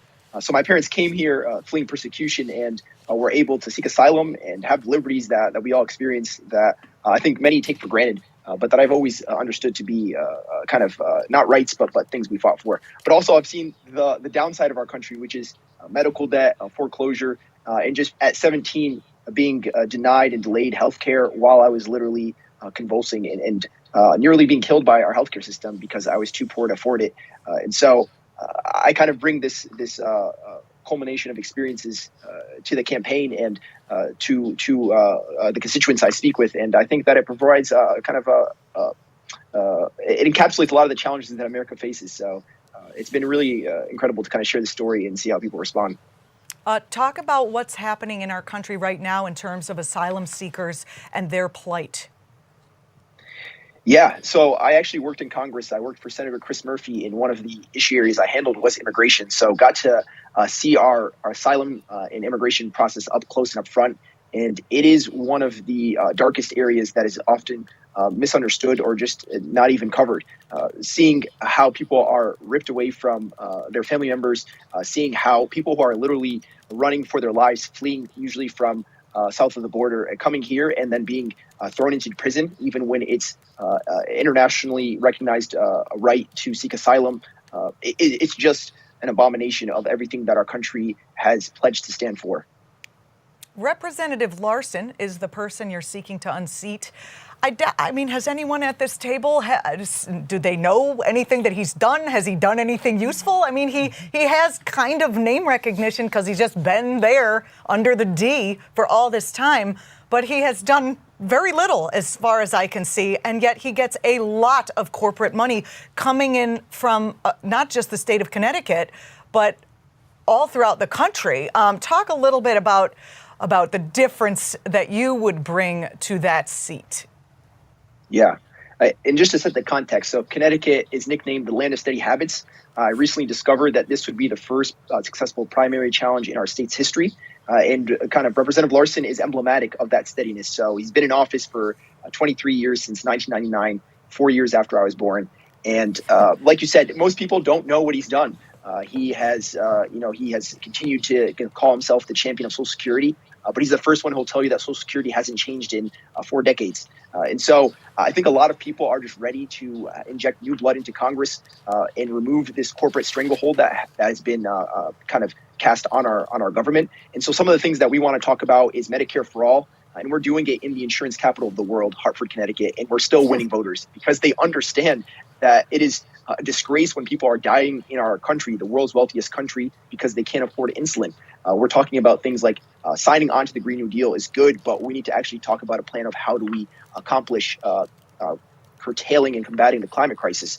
So we have a real, in my opinion, people-powered agenda, and it's not just shallow and kind of talking points. We talk about how we plan on achieving a bold and systemic change. Talk a little bit about how you feel about the Democratic Party right now, running as, I guess, what's the word, uber progressive, and they're not as welcoming as we would like them to be. Talk about that. Yeah, well, I find that there's two different levels. There's the party in the sense of the establishment and the leaders, and there's the constituents that I speak with on doors. The party might not be very welcoming, but the people are just incredibly receptive. I don't want to, give you too much or leak some of the results we're seeing, but it is overwhelming support from constituents on doors. They are just ready for new change. They're ready for a people-powered agenda. It makes a lot of sense. They understand that if there's no corporate money in our government, that we'd be able to get things done. And so while the party, can kind of antagonize anyone who challenges them, we've had every single member of our delegation come out and endorse the 23-year incumbent against a 27-year-old. So we know that they're not going to be, very welcoming of this idea. And like I said, there's never been a successful primary. So we're sending a message, which is not only to people in our district, it's to the entire state. Enough is enough. And we believe that representation should matter. It shouldn't just be a re-election every 2 or 6 years and nothing gets done.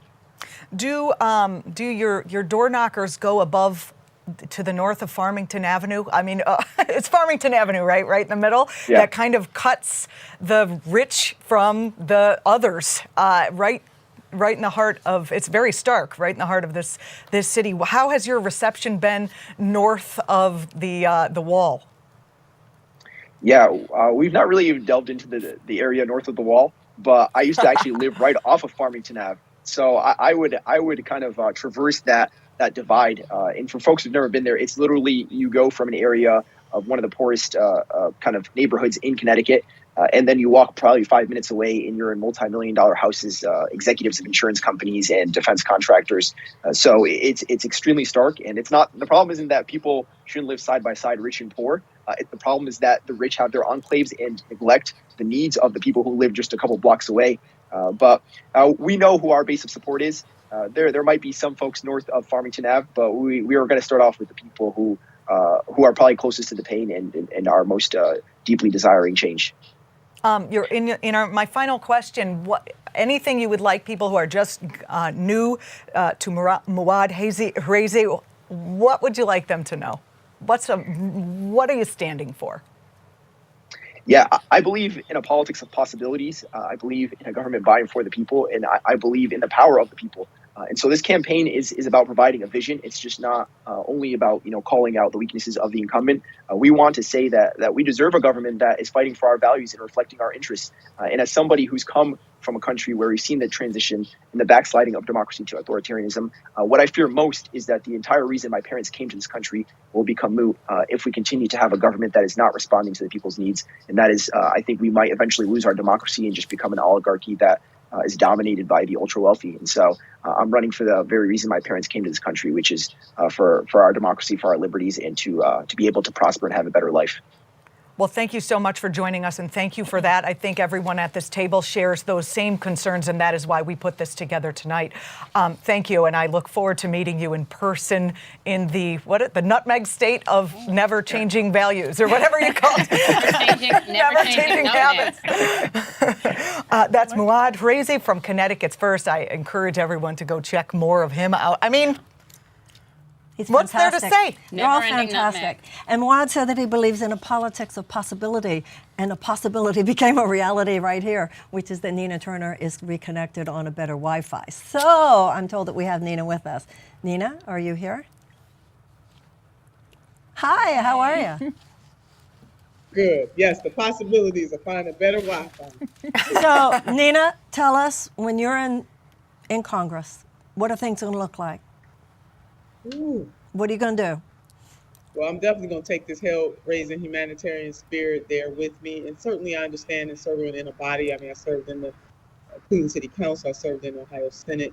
When you serve in a body, you're serving with other folks. But there is a spirit, an attitude that must percolate through the halls of Congress that does declare that we must push policy, that the policies of this nation must bend towards the will of the poor, the working poor, and the barely middle class. So I'm going to stand up for those people who are the disfranchised, the dispossessed, the forgotten, with a fervor. It's going to be as if somebody's in the middle of the ocean saying, hey, come save me. And the question becomes that if you are in the middle of that ocean and you're about to drown, who do you want to come to save you? The people that clutch the pearls and tighten their tie, or do you want the type of people to come out there to save you who are going to radically come out there to save you? I believe that if somebody's life was on the line, they want the person who's going to radically and not ask for permission come out there to save them. So, baby, I'm bringing the heat. You know, without saying any names, you told me that one sitting congressperson said, please run, Nina, we need you here. What's going to be the strategy next time? Let's say you get there. What's going to be the strategy next time? How are these obstructions, how are these roadblocks to genuine progressive change going to be dealt with? How are you going to do what some people have tried to do and haven't been able to? Well, we got it. We just need a few people. We don't need them all. We need people who have the courage of their convictions and have a backbone and a spine and are willing to take risks. Not on every single. It has to be strategic, Marianne, and we know that. We do it. But there's certain things we're fighting for, certain things we're putting up that fight and drawing the ire of the more corporatist wing of the Democratic Party and the corporatists on the Republican side. I mean, we just know Republicans have lost their ever-loving mind.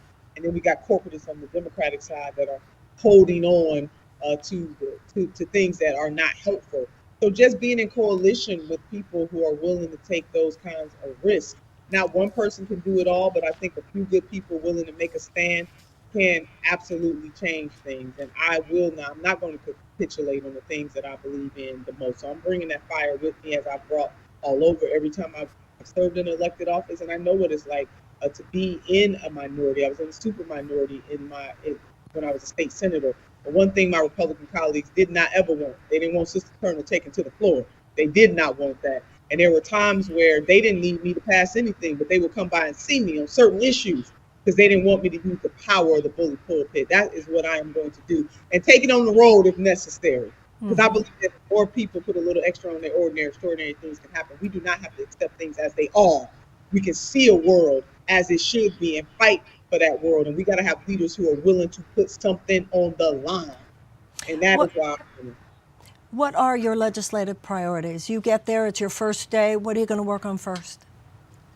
Oh, Lord, Marianne, it's all the things, but I would just say Medicare for all, without a doubt. I'm very disappointed about what happened in the great state of California, but that's another interview for another time.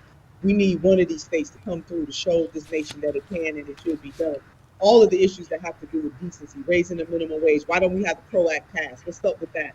Why don't we have paid family medical leave? What's up with that? Mr. President, sign the executive order and cancel student debt. What is up with that? Those are the things that need to happen in this country right now so that the people who need the help the most, that they get it. So, Marianne, that one, you asked me a loaded question. What's the one thing?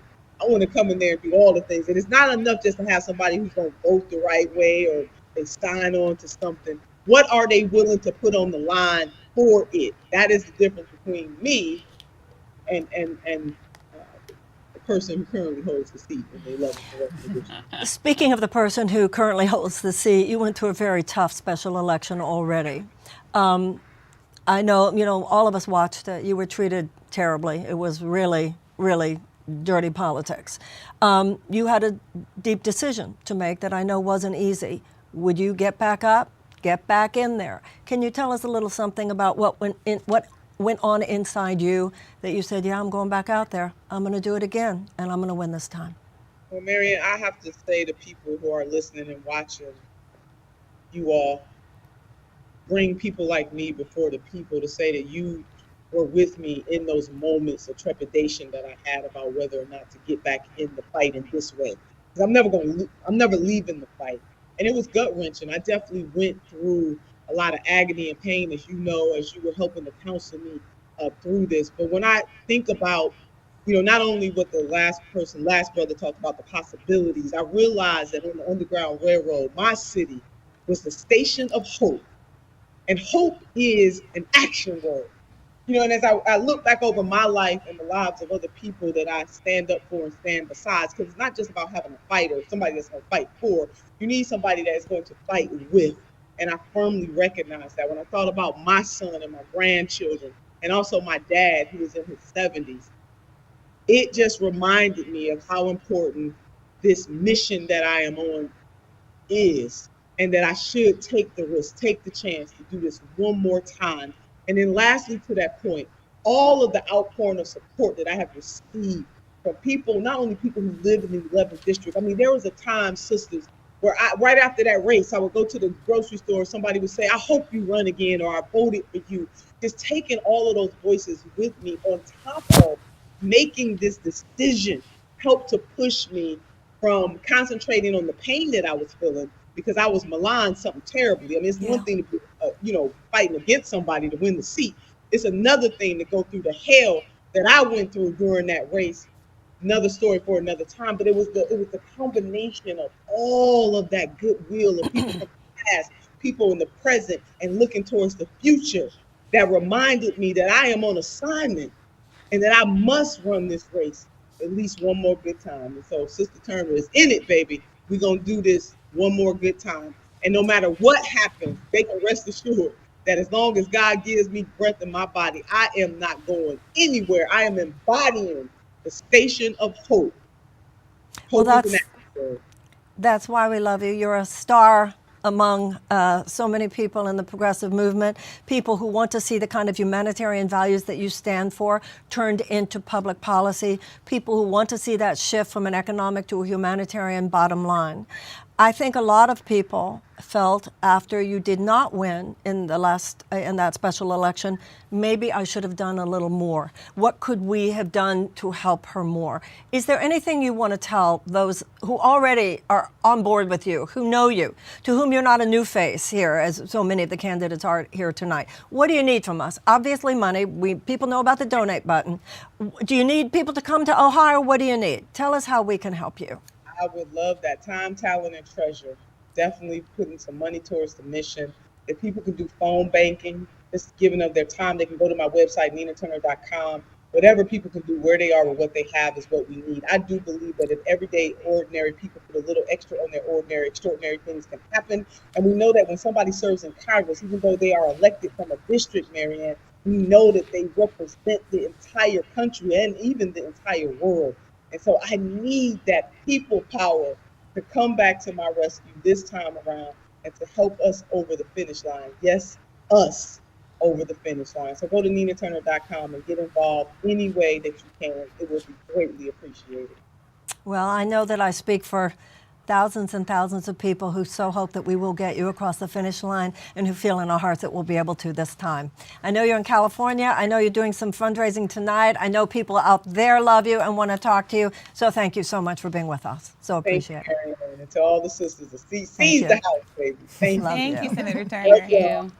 You know, Briahna, you have talked about the disappointment and the emotional, drama that we all go through. Think about what a burst of energy it will be for so many people if we can get Nina Turner into Congress. Yeah, it's hard. I was thinking as she was describing Cleveland as this beacon of hope, I was thinking of my family's roots there and how my mom recently got into Ancestry.com. And there was this presumption that, okay, we came with the Great Migration like so many black families from the South, and that is true. My grandmother came from South Carolina. But what she also discovered was another prong of the family had migrated to Cleveland to fight in the U.S. colored troops. And this idea of one of my ancestors coming up from the South to fight for his own freedom in the Civil War, and that history of Black Americans committing to this American dream and this American ideal over and over and over again, and finding themselves disappointed that they're willing to put their lives on the lines in some instances, like this ancestor of mine, to not have the promise fulfilled.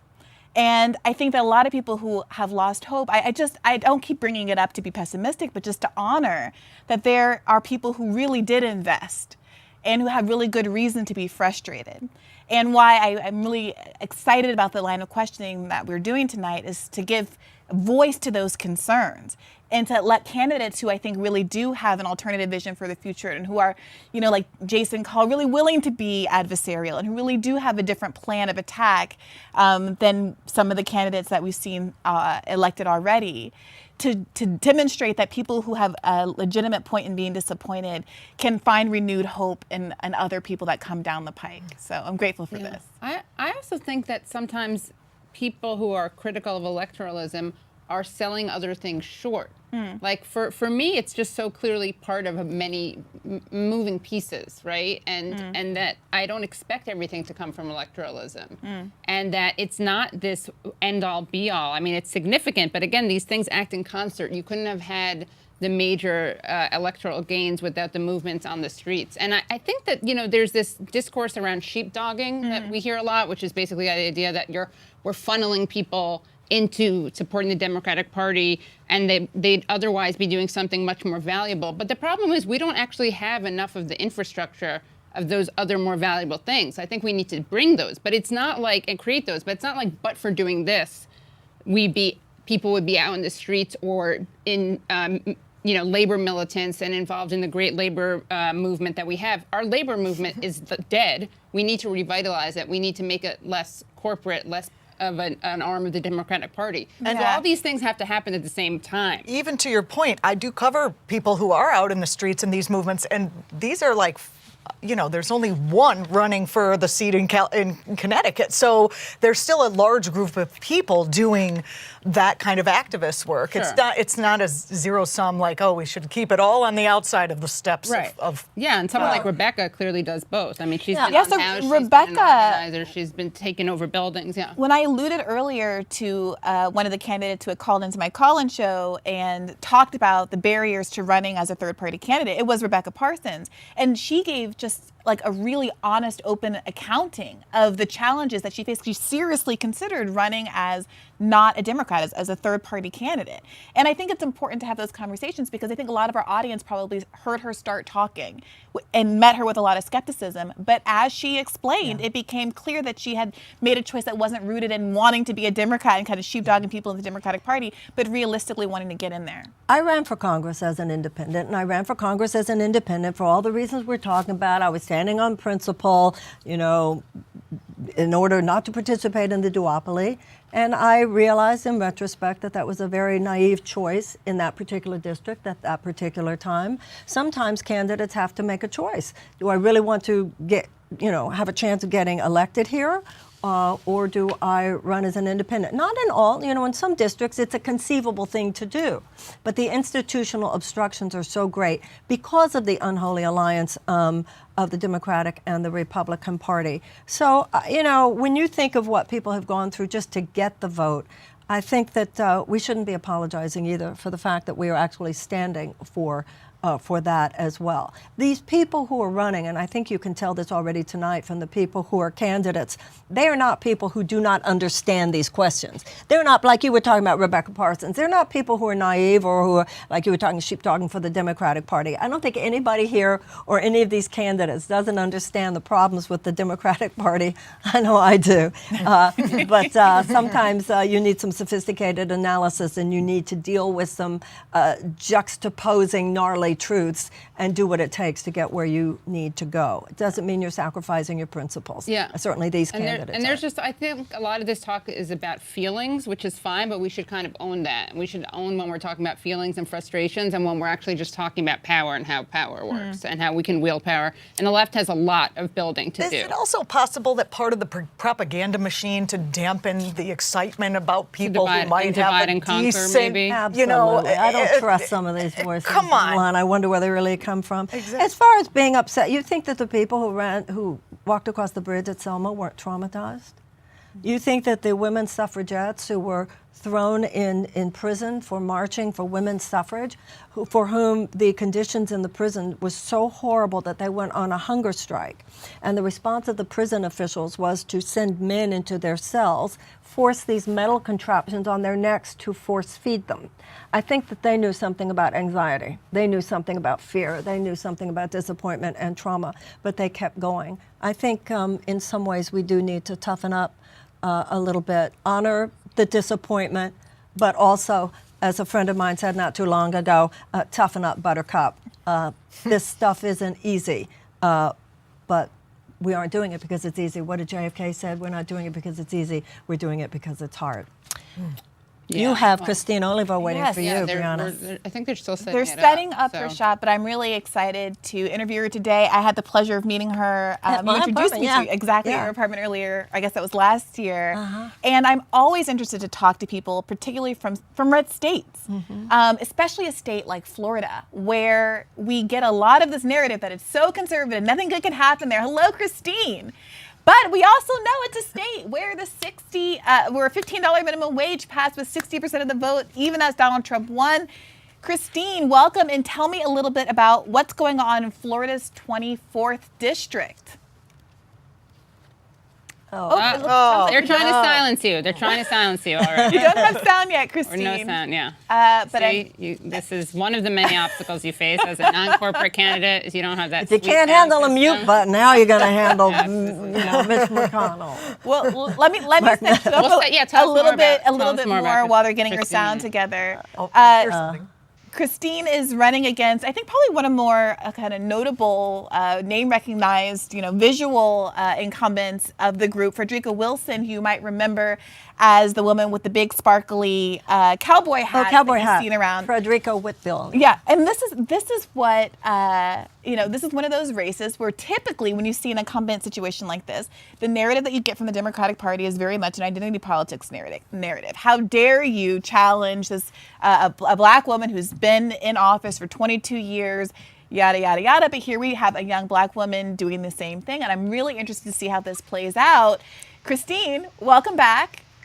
Hi, can you hear me? I can hear you loud and clear. Yes. Right, so tell me a little bit about this race. What is going on in your district that motivated you to run, and what are their biggest barriers to entry? Well, first and foremost, thank you so much for having me. The barriers to entry is being a regular person that's not a millionaire. Yeah, you don't have a lot of money. Nobody cares to donate to you. If you're running against a well-liked incumbent, nobody cares to donate to you. But the thing that they don't understand is that I'm a fighter. Like, I'm born and raised in this district. You're not going to shut me out, and you're not going to shut me down, period. Yeah, what's so interesting to me, it seems to be a pattern that in a lot of the districts that are represented very famously by these long-time incumbent Black Democrats in particular, they're some of the poorest in the country. I recently interviewed a young man who's running against Jim Clyburn in South Carolina, for instance, on Bad Faith podcast. And when he was reading off the statistics of the district, it really painted a picture of how underserved the district has been by somebody who never gets any pushback or interrogation about why it is that the people in this district are suffering so mightily. So what do you have to say about the job that the incumbent has done in Florida's 24th? So I'm so glad you brought that up. We were looking at the census data, and we saw that a decade ago when the incumbent took office, the median household income was $41,000. And now, 10 years later, the median household income is $44,000. So you tell me, when we have the housing prices and rent going up 38%, but the income is not, the minimum wage is still $10 now? Who can live off of this? We have 3 families living in one home. I know it because I grew up in it. And what frustrates me right now, I'm a substitute teacher, hence why my voice is gone all day long. I'm like, sit down. but you know, sorry, I froze.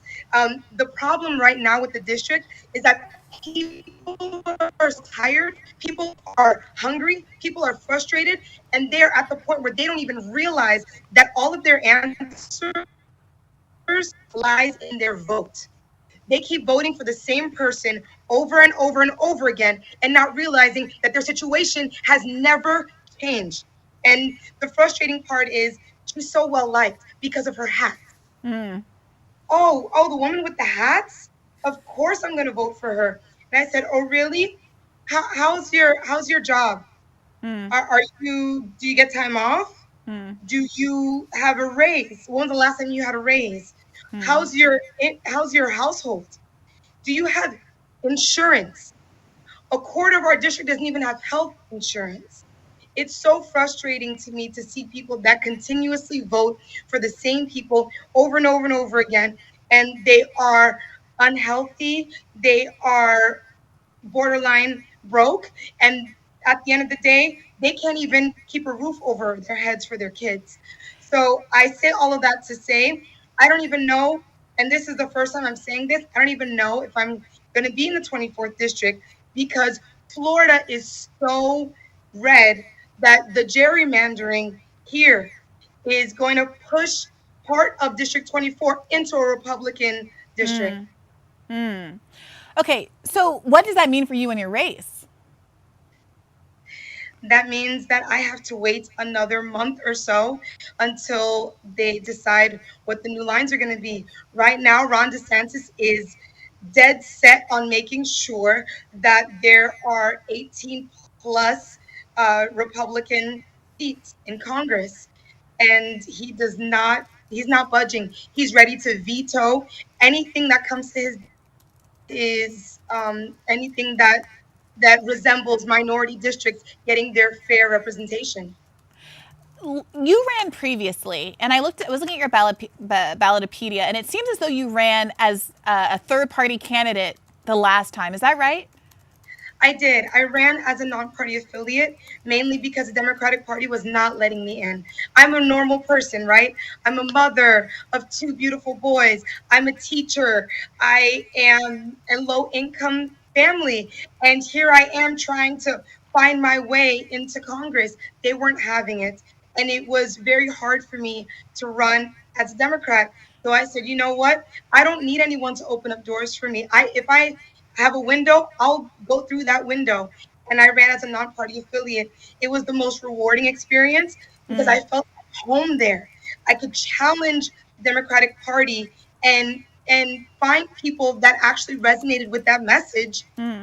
But they weren't voting that way. This district is vote blue no matter who. That is what they have ingrained in the voters' minds.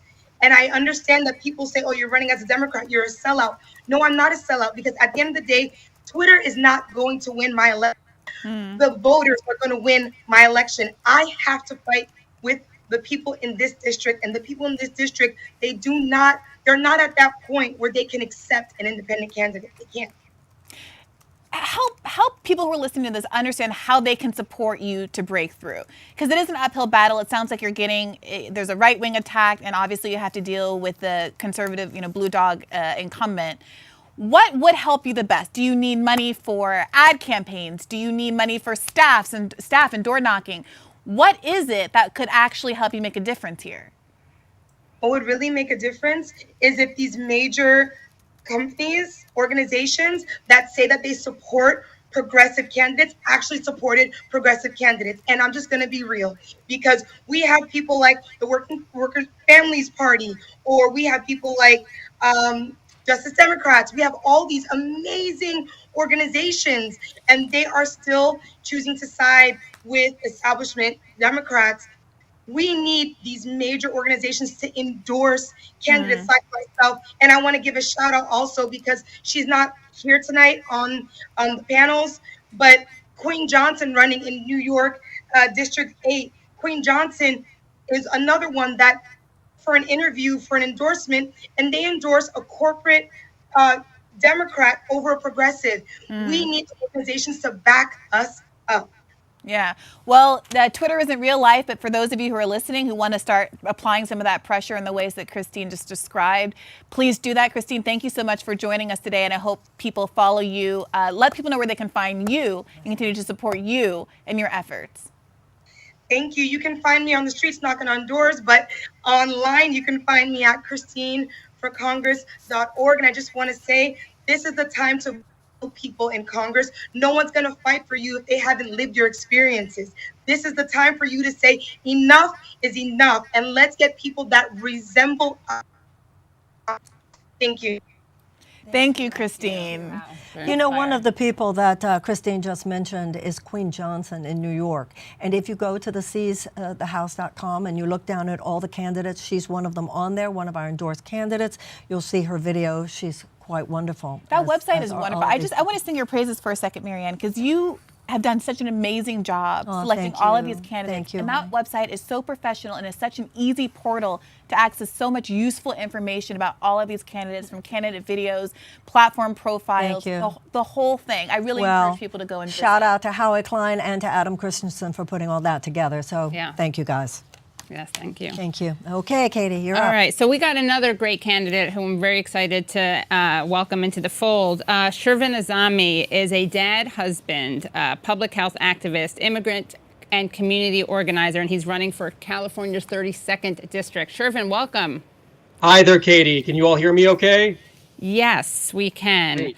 Something that you talk about on Twitter, on your website, and your literature is that you say that, quote, poverty is a policy choice. Can you explain what you mean by that and how that has influenced your worldview and is influencing your campaign? Yeah, absolutely. But I want to first start out by thanking you all for the opportunity to interview so many amazing candidates, so many important stories. Tell you exactly what I mean. We are coming out of the worst public health crisis in over a century. Millions of Americans lost their jobs, lost their wages, lost their health care, lost their housing. 8 out of 10 Americans live paycheck to paycheck. Rent is unaffordable anywhere living on minimum wage. 1 in 5 Americans have medical debt, 45 million have student loan debt, and thousands more can't afford childcare, don't have paid family leave, and are just struggling to survive. Here in Los Angeles, in our district, we have 44 unhoused Angelenos, disproportionately black and brown. We have 5 unhoused neighbors die per day in our city. Yet our legislators never bat an eye to finance $778 billion for endless wars to line the pockets of defense companies and military contractors financing the military-industrial complex. $277 billion annually on policing and incarceration. You know what we could do with that money? With just the money we spent this year on the Pentagon, we could eradicate homelessness in America. We could enact tuition-free public college and university. We could pass a Green New Deal for public housing, a Green New Deal for public schools, a Green New Deal for cities, states, and tribes, universal child care, and we could modernize all of our public transit systems nationwide and still have nearly $400 billion left over. So you want to tell me poverty is not a policy choice? Our budgets inherently reflect our values. And what I'm tired of, what our voters are tired of, what the American people are tired of, are saying that we're going to means test programs for the poor, we're going to deny them eligibility, we're going to continue decreasing their funding while we write blank checks to Wall Street corporations and the defense contractors to continue barreling us from conflict to conflict to conflict. And that's what myself, everyone on this call in this meeting are here to change, to say enough is enough.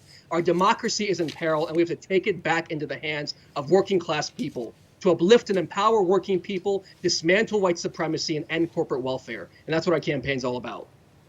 Your parents are from Iran. You were born in Bologna, Italy. Do you think that you have a more internationalized view of the world, and how does that upbringing shape your politics today? Yeah, my parents were teenagers when they fled religious persecution in Iran during the time of the revolution with nothing but the clothes on their backs. My mom, as a teenager, became caretaker to her 2 younger brothers, and I watched them make every single sacrifice to build a better life for myself. And as a son of asylum seekers, my family has lived firsthand the consequences of U.S. imperialism and militarism abroad. And so that is the worldview that informs the work that I do.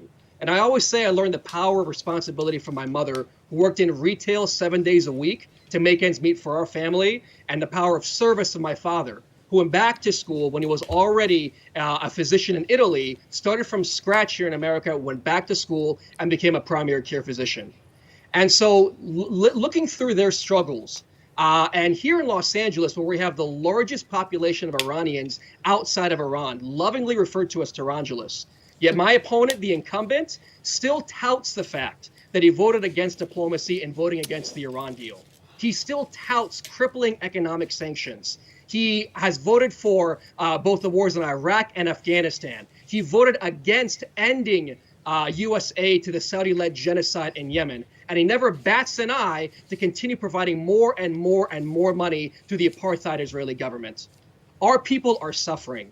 And it's beyond time for us to take those dollars and put them back, invest in the basic needs of our communities so that no one's zip code dictates their fate. And tell us what made you want to run in the first place. Yeah, absolutely. So as a son of immigrants growing up here in the district in working class neighborhoods, I've always fought for social justice through the lens of public health. And before running for office, I was legislative director on Capitol Hill for the only national indigenous healthcare nonprofit, fighting to make sure that our government honors its treaty obligations to tribal nations. And I'm proud to say that I got more bills passed in 2 years as an advocate than the incumbent has in 26 years as a legislator, including bills that canceled copays and deductibles for Native veterans, guaranteed long-term funding for community health centers, and for the first time in U.S. history during a public health crisis, actually delivered direct aid to indigenous communities to the tune of $10 billion. And it was through doing that work at the national level that I really saw firsthand how poverty is a policy choice. And I became sick and tired of just tinkering around the edges, sick and tired of incrementalism, and learned how really the only barriers to enacting these bold structural progressive reforms are political cowardice and corporate greed. And that's what we are here to change, and what everyone else that's been interviewed so far is here to change. How can we make sure that we hold progressives accountable once they're in office? I think you hear a lot of people who are frustrated with some of the behavior of the squad. So what is your answer to that criticism? And also, what do you want us to do so that when you are in power, you don't sell us out? Yeah, absolutely. So our entire platform is rooted in the discipline of co-governance, where our platform directly speaks to and was informed by the voters in our district and our communities. And throughout this entire process, we've made sure that as we move forward, we're always working with and for our communities and always having a process whereby we are transparent and upfront with our communities about the barriers that are there and how we can work together to solve them, giving folks opportunities to get civically engaged and to say, look, at the end of the day, we have to take control and move this movement forward as a collective.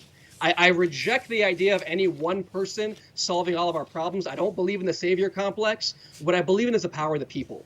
And holding folks accountable means that we are always sharing our votes and describing why we're voting a certain way with our constituents. We're always maintaining an open door policy, providing multiple opportunities for voters to get involved, learn about where we stand, learn about what's going on, and hear directly from us about opportunities to get engaged within our communities. And that's what accountability is all about. Thank you so much, Shervin, and best of luck. Thank you for having me. Wow. Okay. How you like that answer, Bri? I think that he hit on a good point. Like, it's the accountability mechanism. Right. And people have talked about, well, if someone's a DSA candidate or a Justice Democrat candidate, is there going to be a relationship where the tail doesn't wag the dog, where one of those organizations has the power to get the person back in line or call them out at the very least or in their membership if they don't vote and behave accordingly to the rubric of those organizations. So. Hey, listen, everybody, I made a mistake I have to correct. Christine Olivo's opponent is Frederica Wilson. I said it was Frederica Whitfield, who is an anchor on CNN. Okay, yes. Sorry about that. Okay, over to you, Julianna. Okay, well, I'm very happy to be talking to our next person, Ruth Luevanos from California's 27th. Ruth, thanks for being with us tonight. Thanks for having me. Can you hear me? I can. So, mother, wife, teacher, union leader, activist, law school graduate, scout troop leader, first Latina ever elected to the Simi Valley City Council. And I think I heard you say you had 3 jobs. Well, my full-time job is a teacher. I've been teaching for over 22 years. It's called a part-time job as a Simi Valley City Councilwoman. And I also I'm a partner in a company that my sisters and I started. We're all Latinas, we're all Mexicans, and it's called Sisterhood for Equity. So yeah, 3 jobs. 3 jobs. Sometimes I feel we can get more done when we're doing a lot, somehow. Yes. Well, you know, I want to get right into it because you bring so much to the table. As a teacher, you teach social studies and you tell the class right up front, this is not your Disney America. Is that what it is? Or this is not your Disney history? Talk about that. Yeah. I tell them, you know, you're going to learn real history here. I work at a continuation school. We just enrolled 8 new students today. And so, you know, at the ethnic studies class and the world history class, I tell them, hey, this is not a Disney history class. There may not be a happy ending. Like, I'm going to teach you real history. And that's really important, especially right now when teachers are under attack. We have 9 states that have passed legislation, holding us personally and legally liable for teaching anything that would make anyone uncomfortable. The Don't Say Gay bill in Florida, which I'm not going to follow that, because these are my students. We know that LGBTQ students are at the highest risk of depression and suicide.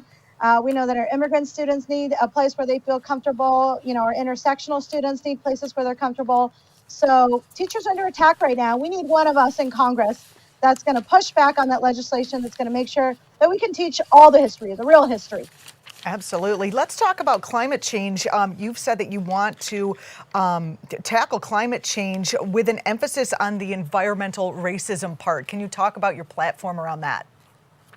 So in the 22 years that I've been a teacher, I know personally that a lot of the drilling and a lot of the, fracking that they want to do and a lot of the chemicals that they release, are in communities of color because they know that they're disenfranchised communities, that they can't fight back, that they don't have representatives that are going to fight for them on their behalf.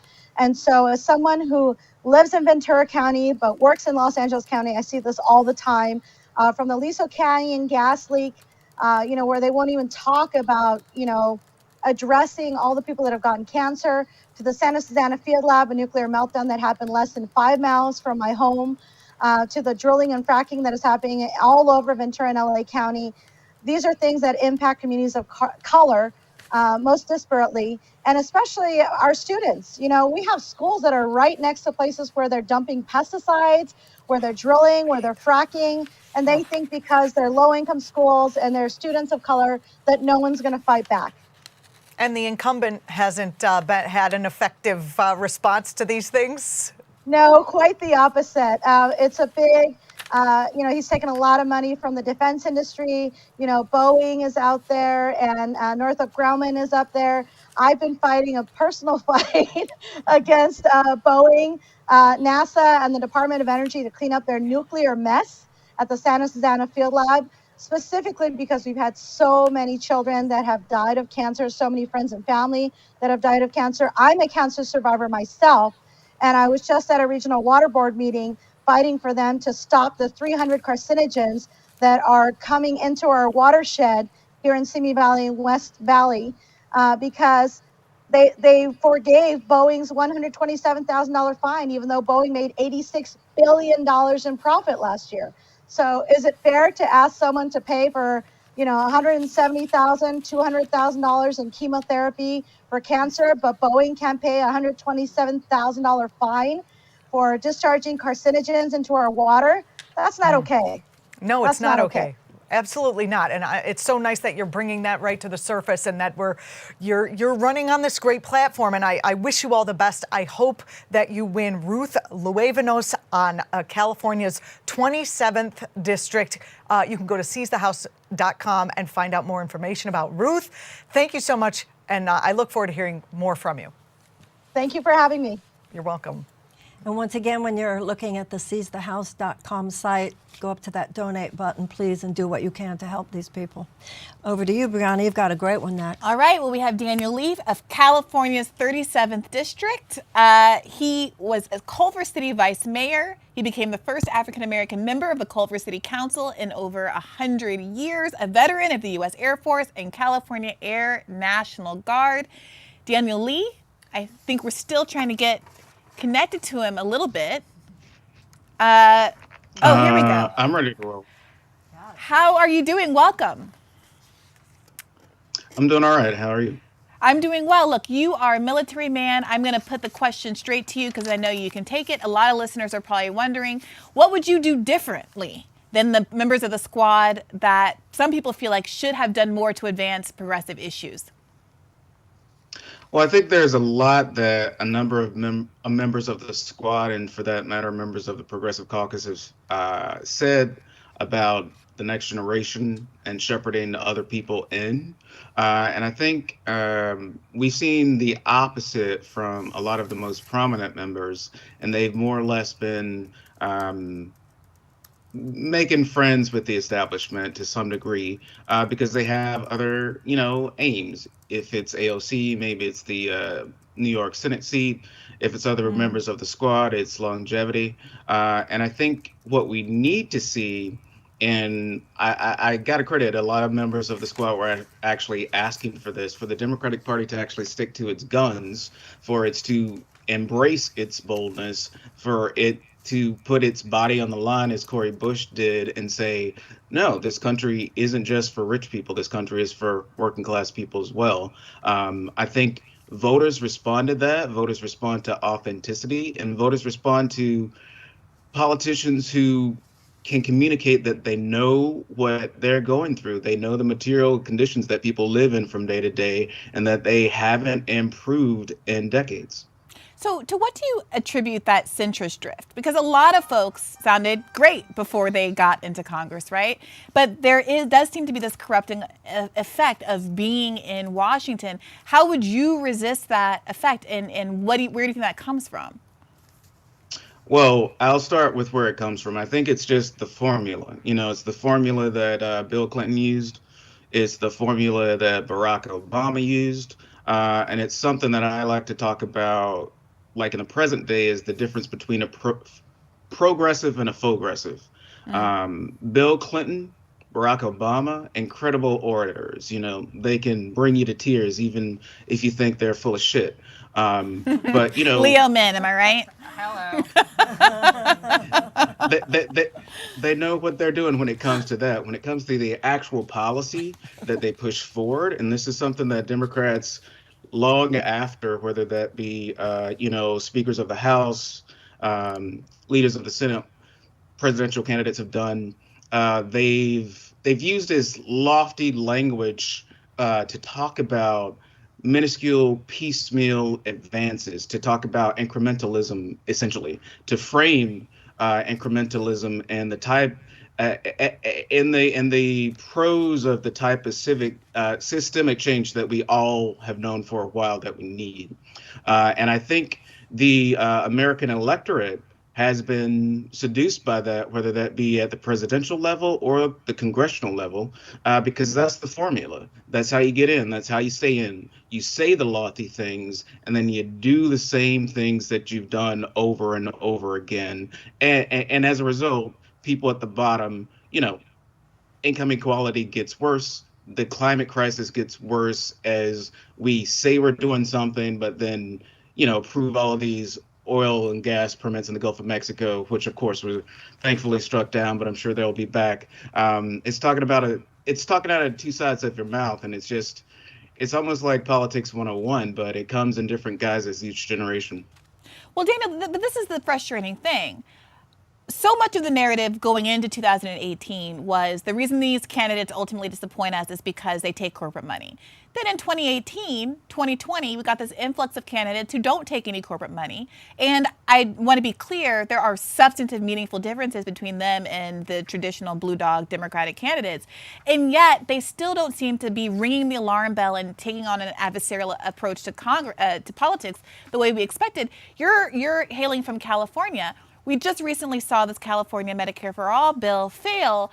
I recently interviewed Ash Kalra about why he chose not to force the vote on that issue. I mean, isn't that exactly the kind of behavior that enables corporate Democrats, even in a progressive state like California, to be able to say, hey, I really am a progressive, because they never actually have to go to the mat on these policies, which are overwhelmingly popular in these districts? Well, yeah, I mean, it is exactly that. And for California historians, I mean, single-payer healthcare has come up a number of times in recent history, and each time it's been destroyed. But it's usually come up when Democrats have been in the state assembly, state senate majority, but there's been a Republican governor. Mm-hmm. And in those times, Democrats seem to find their courage, and they seem to, be supermen and superwomen, super people. And be able to go to the mat because they know even if they win, even if they get a TKO, it'll be overturned by the governor. I think there is something to be said about performativity. It is something that is infected, not just in politics, but in activism as well. If we had a longer time, I would talk more about Black Lives Matter and how close it's gotten to the Democratic Party. And the fact that it seems like there was some type of order that more or less said, get out of the streets. But I haven't seen unarmed Black people stop being shot by police officers across the country. I think there's still urgency there. There's still urgency around income inequality, and there's still urgency around the climate crisis. What we don't have is people who are willing to act on that common knowledge. Well, Daniel, I would love to continue this conversation on bad faith. I'm sure other people would love to talk to you on their platforms because there's a lot remaining to be talked about. People who want to learn more about you should, again, go and to theseizethehouse.com and learn more. Thank you so much for joining us today, and good luck. Thank you for having me. Thank you. Wow, love that. Our next candidate is Allie Dalsamer. She's running in Virginia District 11. Allie, hi, how are you? Well, Alice, about to come. Oh, I'm sorry. She's about to come, but she's not. Should we go on to Christina? No, they're just setting up the shot. Okay. All right. Well, that was like music to my ears when he said that Obama and Clinton are brilliant orators. Bring tears to your eyes even when they're full of shit. Yeah, that's a nice sign that you're not full of shit. How many con men do we have to go through in this country? That you admit both of those my whole life they has are been really good. I feel like we're back in the dating episode. But I think we have to be honest about that. You got to be honest, like with men. You got to be honest honest about what if they're suckers or if they're whatever, if they're good smooth You're not talkers. going to change them. No, you just got to be honest about it. Like we have to say that Clinton and We're Obama gonna do a were panel good. on that. We're gonna do a You know what I panel mean? Like, on let's men just admit what sometime. they're good at. They're good speakers and they're bullshitters and they're full of shit. We have to know that, and then we can acknowledge that they did terrible I mean, things. those people we're talking to are totally not full of shit, and it's so refreshing. It is. And Yeah. now here's Okay, another one. speaking of not full of shit, speaking of not a man, speaking of a woman who would be the first to represent her district since 1995, that is my friend Allie Dalsamer running in Virginia, District 11. Hello, Allie. How are you, darling? Hi, Marianne. How are you doing? I'm thrilled Fine. to be here, so thank Well, you. I'm so glad you're here. I'm so glad to have the opportunity to introduce you to people. Everyone is aware that the environmental crisis is the existential crisis of our era. It is an existential threat to our democracy, to our planet, and to our species. And yet there is not one environmental expert who is sitting in Congress. You would be that person. You have a long career as a national resources expert. You were on President Obama's White House Climate Council. You have a master's in public policy, environmental law, as well as economics from Georgetown University. But you're running against someone who's been there for many years, a nice guy, but even all these people who tell me what a nice guy he is don't seem to know a lot of money he's taken from various corporate sources. So I'm going to throw it over to you to tell us more, not only about your background, but about why you are the person who should replace this opponent. Right. Well, thank you so much. As you said, I do have 30 years experience working as a natural resources expert.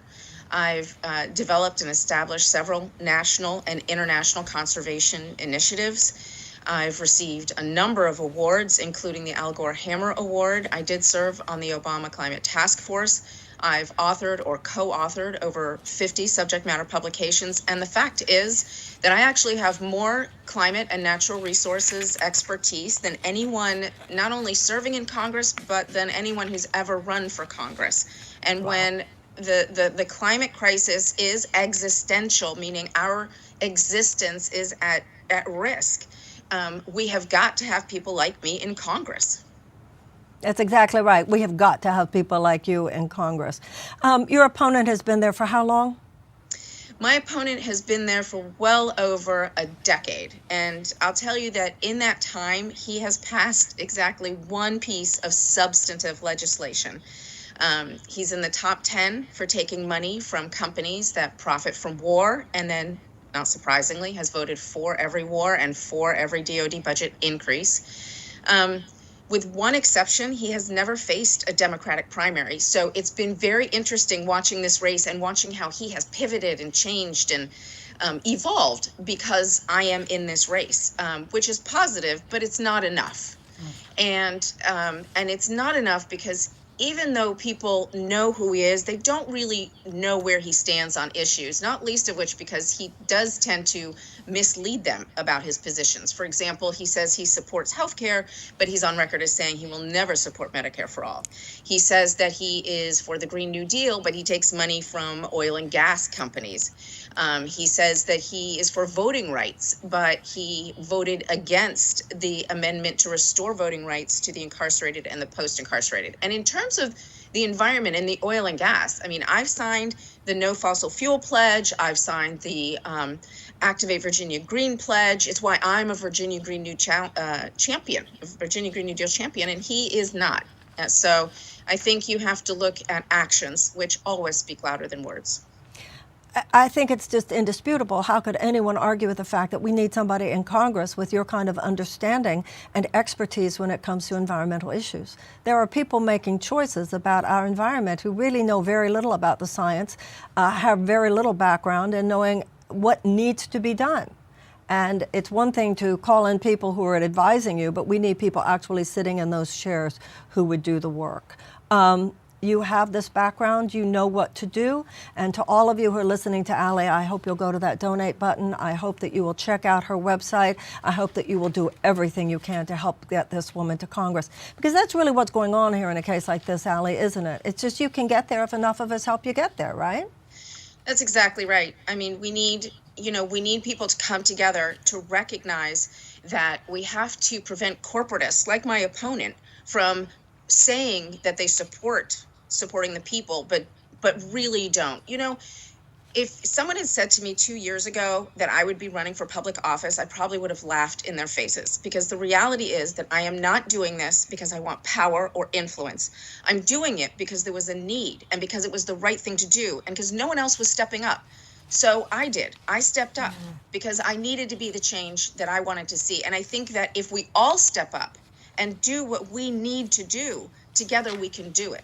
Well, maybe you're not doing this for power and influence, but we're doing this so that you can have power and influence. Thank you. Much love to you, Ali. Thank you so much for being with us. Thank you, Marianne. Thank you, team. Thanks. I do have to say, my husband is a scientist, and it would be wonderful to have some science people also as part of the conversation on the Hill. Not just lawyers and business people? Yeah, no, actual What a people shock. who What a care shocking about the thought. world. Poverty lawyers would be good too. If we're gonna have lawyers. human rights lawyers. Good Yeah. public defenders. Yeah. With Sergio.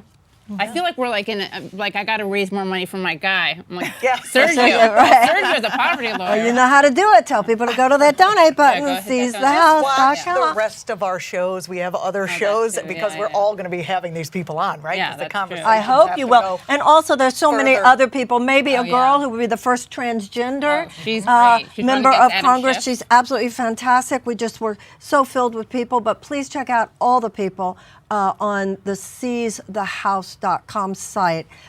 There are, just as these people here are so great, so are the others. So check out their videos. I got to bring in another one. I got another gal coming for us. This All is a right, good let's one. bring in. This is very exciting. So Cristina Garcia is a community activist, math lover, former teacher, and current assembly member running in California's 42nd district. Cristina, welcome. Hi, thank you for having me. Of course. Can you tell us how you first got involved in politics? So my political life is based on experience. Prop 187 was anti-immigrant, and I live in a blended immigrant household. My dad was undocumented for many years, and I remember those experiences. And so I was out there in high school leading my school walkouts against Prop 187. And that's led a lot of the work that I do now. As a legislator, I've been working on my experience as a woman and being taxed for being born with a uterus. And I have been leading the nation in menstrual equity out there, both to get rid of the tax, but also increase access, and then just destigmatize our biology. My uterus, my period is not something that I should be ashamed of, something that I need to hide, or something that's dirty. So you brought that up. Let's talk about that. Why is menstruation a political issue? How is it a political issue? What are the issues, the economic issues, the material issues that are related to it? Yeah, well, our budget and our tax code is a reflection of our values. And so across the nation, we've been taxing those who menstruate for being born with the uterus for many, many years.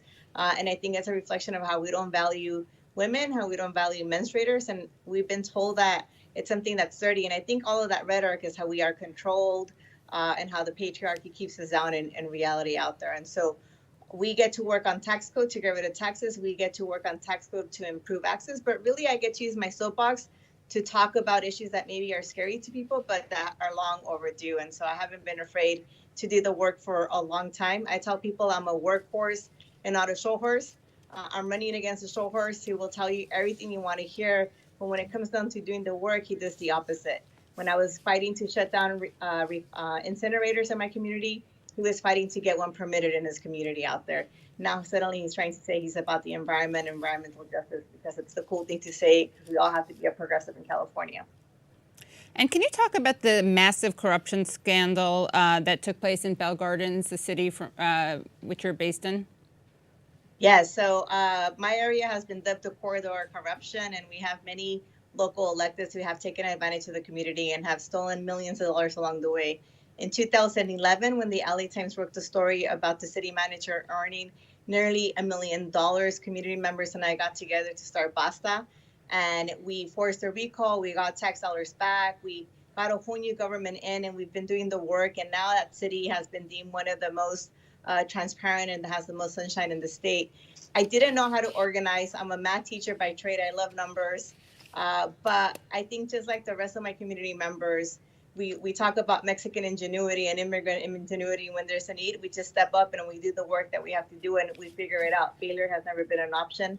Nothing gets handed to us. We always get told that we deserve crumbs, or we deserve to live in pollution, or we deserve corruption. But I believe that I deserve, the same rights as everybody else. And finally, what is your favorite number and why? Yes, so my favorite number is 2, and it's a little personal. 2 is the only even prime number, so it's a number that beats to its own drum in that family. But 2 is also the foundation for all the even numbers for an infinite family, and so it's a leader of infinite numbers out there, and it's fearless. And so it's one of my favorite numbers. It reminds me a little bit about my work here in the Capitol. I've been independent and fearless about the work that I do, and not afraid to talk about things that might be hard. But I also know that this is a team sport, and I figured out how to get enough votes to get big legislation done every year. Thank you so much, Christina. Thank you. That was so sweet. I got a little emotional over number 2. Yeah, well, I have some to tell you because the next person up is from District 2 in North Carolina. Whoa. Erica Smith in North Carolina. I don't know, is Erica with us? Is Erica? Yeah. She'll be here in a second. I have to Just say, wait this is like 2 seconds. Again, this is like the speed dating of candidates, except you don't have to pick one. Yeah. You can just Yeah, but roll we're polyamorous in this case because we're committing to multiple You don't have to partners. Yeah. Or we're not Anyway, committing. send We're money. They need we're money. interested in. Like these people. We're inclusive. Right. We're pan, poly. I want to tell And we're you a ready. little bit That's about what this else we are. wonderful woman coming up now. Erica Smith is running in North Carolina District 2. We were talking earlier about people having a diversity of professional background. Not everybody has to be a lawyer or a business person. This woman has, among other things, a master's degree in religious studies from Howard University. She's a minister. She's been a state senator. She's been an engineer. And there she is. Hi, Erica. How are you? How's everybody doing? We're so doing excited good. to be here with you. Well, Erica, you can tell us better than I can tell people what your background is that makes you so ready to take on this job. And also, we want to hear from you, what are you going to do with this job once you have it? Absolutely. So I am running in North Carolina's 2nd Congressional District. Currently, it is the only swing district in the state, and it's the top 5 swing district in the nation. This is a district that's 100% rural. This district is a district that I grew up in. I represented the majority of this district as a state senator for 3 terms, also as an ecumenical leader, faith-based leader, also as a school board member. So this is a district that I know, and this district knows me. So many communities, rural communities across this nation and across this state have been left behind. They have been hollowed out by corporations and left with pollution. We have been trying to survive off of a dollar store economy and a GoFundMe healthcare system. And so I am here to fight for rural North Carolina, which is very much like a lot of rural districts across this country. I'm fighting for a rural New Deal that promotes strategic infrastructure investments, universal broadband, universal healthcare.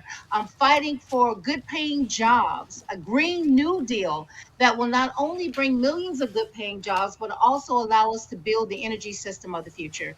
It is a district that's 17 counties, northeastern to north central North Carolina. I am the front runner in this race, and I'm ready to represent our voices and values in Washington, D.C. Erica, we're personal friends, as I am really with all of these candidates who have been with us for a while. We've all heard about the rural-urban divide.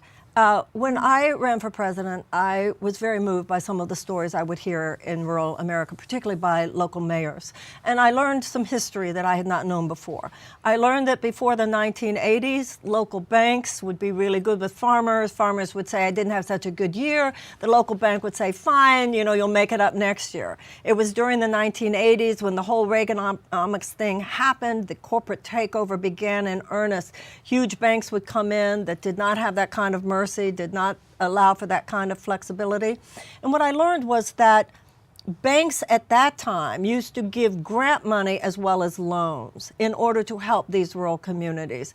And I heard so many of the mayors who would tell me during my campaign, Erica, that there are so many young people just starting their families, living on the coast, looking for a great place to raise their kids, looking for a great place to be able to start their businesses away from the more expensive neighborhoods of the coastal communities and so forth.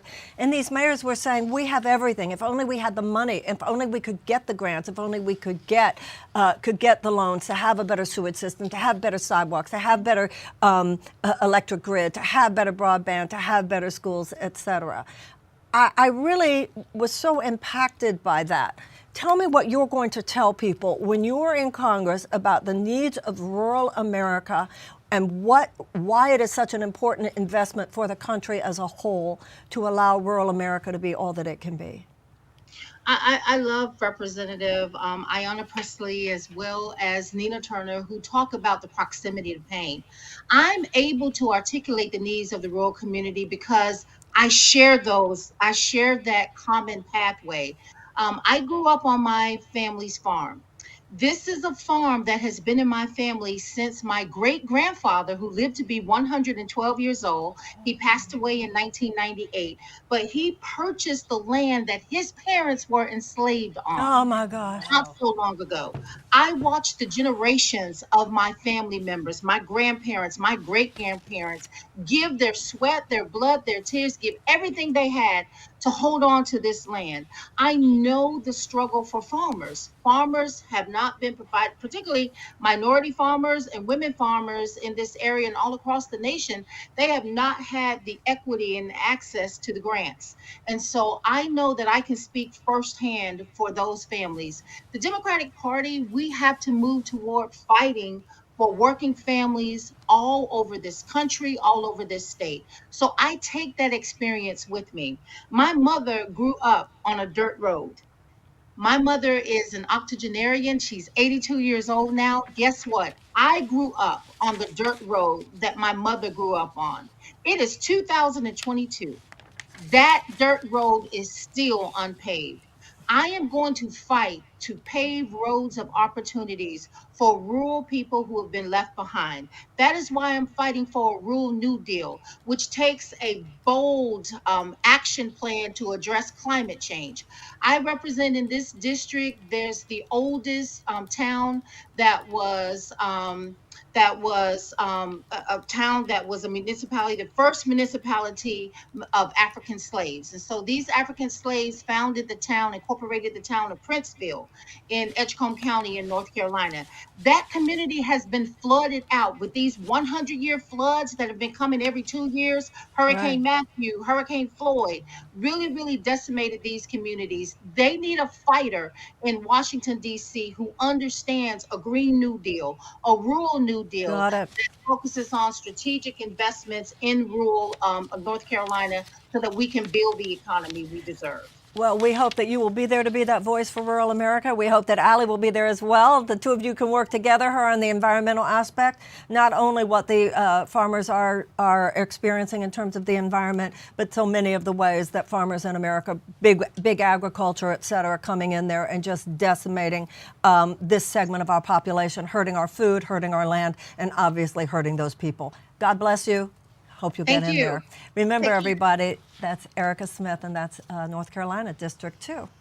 Yeah. Fabulous Really candidate. fascinating. Such interesting history, personal history. Talk about personal history. I know that you were very excited about the personal history of this next candidate. I mean, I think the country is excited about the personal history of this next candidate. I love how she owns it. Yeah, well, I'm not sure if she's, I'm not sure if she's ready for this. She's emotionally ready. I think they're just setting up the we are Alexandra Hunt, we're setting you up, girl. Yeah. I thought it was interesting. I took a little note. We have the people that were have been here before, that we've been talking about: disability organizer, scientist, teachers, tons of teachers, minister, public health researcher, mechanical engineer, math teacher, organizer, disability organizer. Biomedical engineer. Yeah. And so the point, and once again, we all know this, but we really need to take it in. The people that Julianna was just describing, the professional backgrounds that Julianna was just describing, are not the kind of people who tend to have $1 million sitting around, so that when the DCCC calls and says, can you self-fund, would be able to put in their own money. And they're not the kind of people who are standing for the kind of issues that they're going to get corporate funding for. And that's where you and I come in and why we need to support these people. Yeah. Don't forget that donate button. Thank you. Seize the house, donate. There you go. It would be really a seize if all these people got in. Yeah, that'd be great. Yeah. Hello. Remember when we thought we got, what did we thought we got Danziger free? Danziger was freed the morning after we did a stream. Why not? We thought we did it. Look, we were instrumental. But he did get freed from the halfway house. We upped the energy. Okay, but I'm going to claim full credit for his getting freed from the halfway house. He's been incarcerated and grabbed so many times who can keep track of it. But this time, recently, he was put in a halfway house like this week, and then he was freed the day after I had talked about him on my show with Paul Haas. As long as we're talking about people need to be Yeah, freed. Joe Bump. Free Donziger. Free Stephen Donziger, free Assange, free Leonard Peltier. And Leonard Peltier, correct. So we've got to do a stream for him. We really got to do it. All right. Yeah, I'm in. Are you in? Of course. Are you in, Bri? I'm in. Okay. I mean, can you imagine the optics if someone said no? It'd be terrible. So that's a Who's going to call Krystal? Who's going to ask if she's going like this right now? In real time. All right, so very excited to bring in Alexandra Hunt. She's a public health researcher, grassroots organizer, and soccer coach running for Congress in Pennsylvania's 3rd District. Welcome, Alexandra. Hi, thank you for having me. It seems like you all are having a lot of fun. We are, and we're excited to talk to you. And one of the things that you've gotten some national media attention for is the fact that you openly have discussed the fact that your past includes working as a stripper. Why did you decide to include this in your biography? And also, how did that experience shape your view of the world of politics and your decision to run for office? Yeah, we'll get right into it. So when I was deciding to run for office, I was really faced with the decision of, do I be upfront with this or do I not? And so I was in community with various sex workers, and they said to me, don't leave us behind. And I think to fall silent on a community is to leave them behind, is to be harmful. So I led with it, and I also didn't want it to be used against me by my opponent. And so in doing that, I've really centered a group that's very marginalized within our community, and I'm having to run a grassroots campaign and also fight back stigma. So how does it shape my views of the world? I think that it allows me to relate to people who have ever been dehumanized by policy and also who have struggled to survive in the current landscape of the United States. And it really just keeps me grounded and being an everyday person and bringing those experiences to the table. And what about workers' rights? What kind of firsthand experience did you get from that, and how does that shape your political outlook and different issues for you on your campaign? Well, I'm very familiar with exploitation, and so workers' rights is something that we're really pushing for and has kind of been a part of who I am for my entire time in the workforce. And so Philadelphia, PA3 is a very strong union city, and it's making sure that our workers are valued and are valued through a living wage as well as good benefits and as well as rest is very important to our campaign. And tell us about your opponent, because he is actually someone who is identifies as a progressive, right? As part of the Progressive Caucus. So explain that. Yes, he is part of the Progressive Caucus, but there is a clause that if you're actually not progressive, you're supposed to be, in crude words, kicked out. And so some of our biggest differences in our platforms are basically along the line of progressivism. And where we're really strong on universal health care and pushing for Medicare for all, he's taking money from private health insurance companies. We're really strong on environmental justice and pushing for a Green New Deal. He's heavily invested in Exxon and oil companies. We're pushing for restorative justice through criminal legal reform, and he's pushing for broken windows policing. And it's just kind of a very stark contrast, whereas I think we're very aligned with a lot of the progressive movement, maybe a little more to the left within that movement. And he's much more moderate Democrat that really doesn't quite fit in with the ideals of the Progressive Caucus. So why hasn't he been kicked out yet? Good question. We're gonna have to. I double check every day. Yeah. And anything else that you want to make sure people know about your campaign, what you're prioritizing, what you're going to fight, also how we can hold you accountable if you do win, what your suggestions for that are? Well, a big part of our campaign is that I'm the daughter of two teachers, and so I believe that education is the ladder to opportunity, and that's something that was instilled within me from a very young age. we're really fighting for education reform and building that school to opportunity pipeline and ending the school to prison pipeline. And so that involves federal investment into public education, and it also involves union power. And that's really how you build a ladder of opportunity for young people. So that's something that we're very focused on doing within our district and across the nation. And as for accountability, I think that is a very strong piece of restorative justice. And so it comes from any people who are harmed by different policies or political maneuvers, that they come forward and they express that harm and how that can be repaired. Well, thank you so much. Thank you so much, Alexandra. Good luck, Alexandra. Thank you for having me. You're welcome, honey. I have a question. Are we not supposed to speak the names of the candidates that they're running against? Because I noticed that they're shy to say who it is, but people don't know what number their districts are. They know who their representative is. That's a good point. We did talk about Frederica Wilson. Ally's against Jerry Connolly. Sure. I mean, there's no reason why people shouldn't. I just think we should name some names out there. Okay, name some names. Progressive in the moderates who are voting for. If we're talking about who is responsible for actually judging who's not progressive enough to be in the progressive caucus, to have a conversation about Pramila Jayapal and the extent to which some of the elected progressives have weighed in on some of these races and offered support to some of these candidates, and how telling it is if they haven't. Right. Yeah. My job, once again, to remind you to go to the donate button, please, at seizthehouse.com. Yeah, Sorry, we got to call my him job out. here. You're up next. This That's is me. Wonderful, wonderful candidate, Derek Marshall.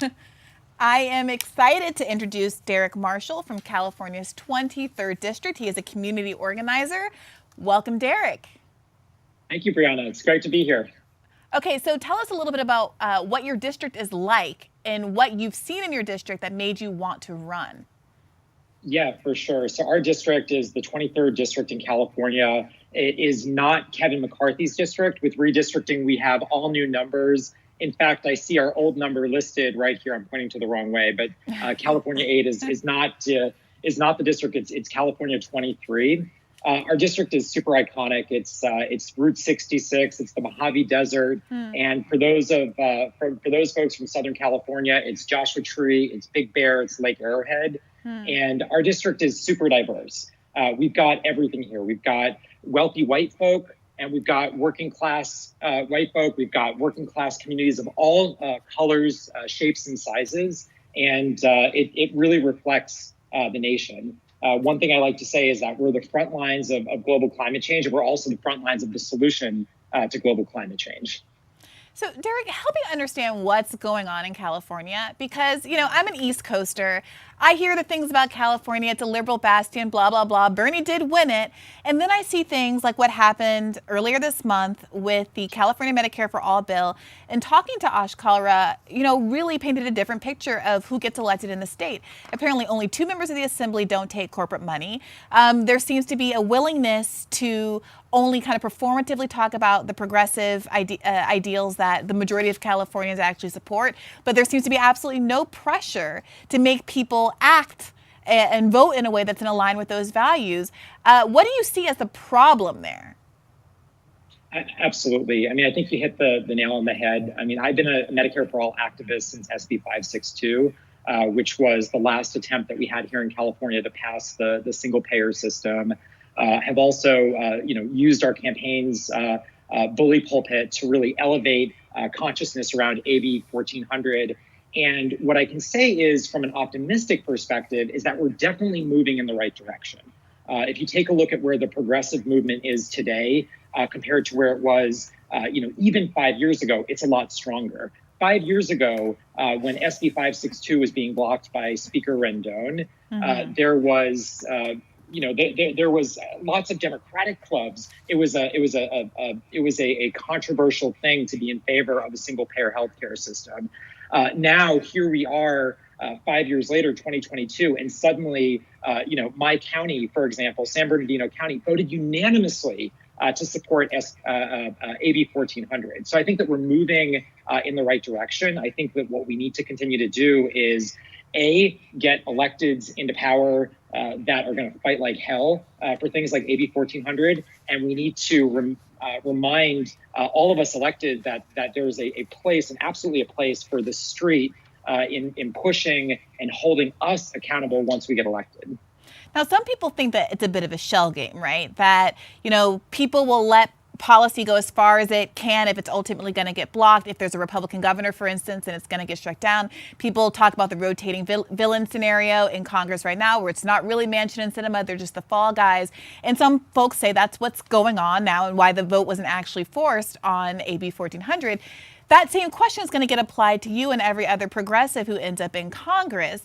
How do we know that you're actually going to go to the mat for things instead of doing what some people perceive currently elected progressives are doing, which is to say, okay, this time I'll vote for the Iron Dome and you won't vote for the Iron Dome, and you share which policies you're going to take the hit on and spread around the progressiveness. Why would you be any different? Yeah, I think that's a great question. It's a question that I ask myself all the time. And I think that, there's a piece of me that's super optimistic and idealistic. Otherwise, I wouldn't be running for office. I would stay being an activist. It's funny because when I was a staffer on the Bernie campaign, they came to me. It took them 3 times to come back to me being like, hey, we think you should think about doing this thing called running for office because, I have that skepticism. And I think that, you and I share that skepticism about, when it looks like AB 1400 is getting to the final point, and then literally in the last minute that we're listening to it online, it gets pulled. It was, it's totally soul sucking. And so all that I can do is I can promise that I am going to fight like hell, and I'm not going to, I'm not going to cave. And that's a promise that I make. And, and it's a promise that, I intend to keep, even if it means that, that I'll be a one-termer, because I think that what we need to do is we need to really stand up for what we believe in. And I think that that's what, it's what, well, A, the moral thing to do is, but it's B, it's what the American people expect us to do. Well, Derek, some people listening I know are going to be thinking, I've heard that before, but I know they'll be keeping a close eye on you to make sure that you are, in fact, held accountable should you get into office. Good luck out there. When you get into office. When he gets into office. People who want to support you in that cause can go to the website and donate to your campaign. Thank you again, Derek. Thanks, Briahna. Thank you, Derek. So many people are wondering, why is America the way it is? Why can't we get more enlightened policies passed? And then you hear the kinds of candidates who we're talking to tonight, and you go, it could be different. And I hope that you're feeling as inspired by all of these candidates as we are. And that's also why I hope you'll push the donate button, even if it's at seizethehouse.com. Because that's really what this is all about, giving these people a chance to actually mount the kinds of campaigns that will make them competitive with the corporatists that people say they don't like. But then in that case, you need to support the candidates who are running against them. When Krystal was here at the beginning of the show, she mentioned how on the right they had the Tea Party. Well, the Tea Party was Koch brothers. We need chutzpah. We need We're the Koch brothers of the left. We need to stop our codependent relationship. And we need your help to fill the coffers. Yeah. Right? Sorry, Marianne. Well, I've said many times that when I ran for office, some of you probably know, what I learned was that the system is even more corrupt than I knew. But I also learned that people are even more wonderful than I hoped. That's how I felt about the voters, and that's certainly how I feel about these candidates. They are extraordinary. And once again, if you go to seizethehouse.com, there are more on there, and there are more throughout the country. Find out who they are. And the next candidate is someone that I'm very excited about, Neil Walia from Colorado District 1. Neil, welcome. Welcome. I'm glad that you're here with us tonight. Yeah, thank you so much for giving me the opportunity to be here, and thank you for hosting this event. Neil, your story is very moving and very typical of so many people in this country. First of all, your parents immigrated here from India, correct? Yeah, that's right. And you have received a lot of education in Colorado. You have, I think, 2 master's degrees. You have a lot of expertise now. You've worked 2 governor's offices. You've worked with the National Governors Association. And yet you yourself find yourself shackled by college loan debt, unable to buy the home that you'd like to buy, and so forth. So you are really ground zero of the American experience of so many people in your generation. The mix of your expertise, you have everything that theoretically should get you the American dream, and you find yourself unable to get the American dream. Tell us about that, and tell us how that experience will inform what you're going to do in Congress, and tell us what that's going to be. Yeah, definitely. And I think the most important place for me to start for people to understand who I am is by telling my story. And, you know, you hit it. I'm the son of Indian immigrants. I'm the first person in my family to be born in the United States of America. And when I was 13 years old, my parents took me and my sister to go visit family in Old Delhi. And on one afternoon, they decided to take us out onto a bazaar. And for those of you who have been to India or familiar with the country, you know that a bazaar means dirt roads. It means stores on your left, stores on your right, tens and thousands of people as far as your eyes can see. And one afternoon, we were walking through a big crowd, and we stumbled upon this young boy. Now, this boy had to have been the same age as I was. He had the same skin color, the same haircut, the same eyes, and yet here this boy was absolutely begging for his life without a single piece of clothing on his body. And I remember looking at that boy in that moment and asking myself, how is it possible that this young man who comes from the same culture, the same heritage as I do, has absolutely nothing, and yet I get to go home every single night to a roof over my head, to clothes on my back, and to warm food in my belly? And you know, I've never stopped thinking about that boy. And the real tragedy of the story that I'm sharing with everybody right now is that story is happening right here in Denver, Colorado. And that reality is what my parents escaped from to come to this country in pursuit of what was known as the American dream. And as you said, Marianne, I have taken all the steps that I've been told to build a better life for me and my loved ones. You know, I've been privileged enough to go to both undergrad and then graduate school here in Denver. I taught for 2 years. I worked for a former governor. That took me out to Washington, D.C., where I spent a handful of years of my career on Capitol Hill. And yet, in spite of taking all of these steps, my life is more vulnerable than it's ever felt. And it's because of what you said. I can't afford to buy a home in the city that I love. Student debt continues to cripple me every single day. And now my parents, my dad's 70, my mom's in her mid-60s, they're both public school educators. They are actively postponing retirement, not only because of the economic insecurities that they face, but because they still feel like they have a role to play in helping their children succeed. And feeling all of these pressures in my own life and knowing that there are millions of Americans across this country who are going through the same thing that I'm going through, if not completely worse, I chose to run for Congress, and that is why I'm running. Our communities here deserve to have a representative who's living their struggles, but more importantly, will fight to fix them as if their lives depended on it, because my life does depend on it. And that's why I'm running, and that's what I'm hoping to take out to Washington, D.C. When I win in our June primary this year. And your opponents, is there an incumbent there that you're running against, or is this an open seat? What's the story? Yeah, so I am a Democrat. I am challenging Congresswoman Diana DeGette. She is a 25-year sitting incumbent, someone who I would describe as a corporate Democrat, and someone who takes millions of dollars from corporate PACs. And so we are trying to bring a people-powered grassroots movement here to Denver, Colorado, which is something that the people of our district have been waiting for a long time, and championing all of the transformational progressive policies that so many of us care about, all the way from the Green New Deal to Medicare for All, to a direct approach to tackling homelessness and treating that as a national crisis. And you have a lot of background in the homelessness issue professionally, of course. I think being in Congress 25 years is long enough. I would agree. Absolutely. I wish you the very, very best. Is your entire district in Denver? Yeah, so I would say that 95% of my voting block is in Denver County.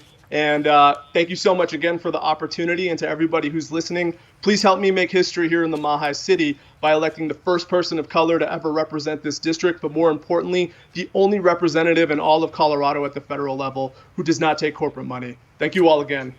And that's what it's all about. God bless you, darling. Good luck to you. Okay. God, Denver's hot and happening, and everybody's in Denver now. And yeah, we need somebody like that. We don't need somebody who's been there 25 years. Mahi City. I love it there. I like it. I like there for a all of little these. while. Yeah. I know. What's not to like? Yeah, you know, one thing, this is just not to make it serious and a downer, we're having so much fun, but one thing I was thinking of, you know, when you were saying a lot of people gave their lives, women were like tortured for the right to vote, I still think that like that people could have sacrificed for something, and that in itself doesn't mean that it's still something we should fight for. But I still think it is something we should fight for. I damn right think that's something we should. I don't know. I'm not into any apologizing for the fact that we're, it is hard to run for office. Right. It is hard. What these people are going through every day, and they do not have the money that their opponents have who have incumbency of decades in the House. They do not have the support of the Democratic establishment. Hello? You say you don't like the Democratic establishment? These people are not being supported by the Democratic establishment. These people do not have corporate funding. I think Katie, the point Katie I think is making, don't let me speak for you, please. but there has been a history of some candidates, Democrats, corporate Democrats, appealing to certain communities, in particular Black people, saying, oh, but your ancestors struggled and died for your vote, so you have to come out and vote for whatever horrible shill it is. Joe Biden got up there last year in 2020 and said, you ain't Black if you don't vote for me, right? And invoke that civil rights legacy to pressure people into voting for candidates that aren't good. So I think that Katie is saying these are great candidates and we should vote for them, but not because of that kind of coercive pressure of somebody like fought and died for your rights, but because these are people who actually will fight for your rights and who actually share the values of the people who did go through all those struggles in the past. For me, it's both. But would you, as a Black woman, please tell Congressman Clyburn to stay the hell out of Ohio this time? Would you please? You have your opportunity. I'm sure he's watching. Podcast and people. There's 2 people challenging him this time, and it's for the first time. Good. And I hope to get the other gentleman on the show as well soon. Well, he's actually stay away from the Nina Turner race, Congress. sir. I don't know if you know that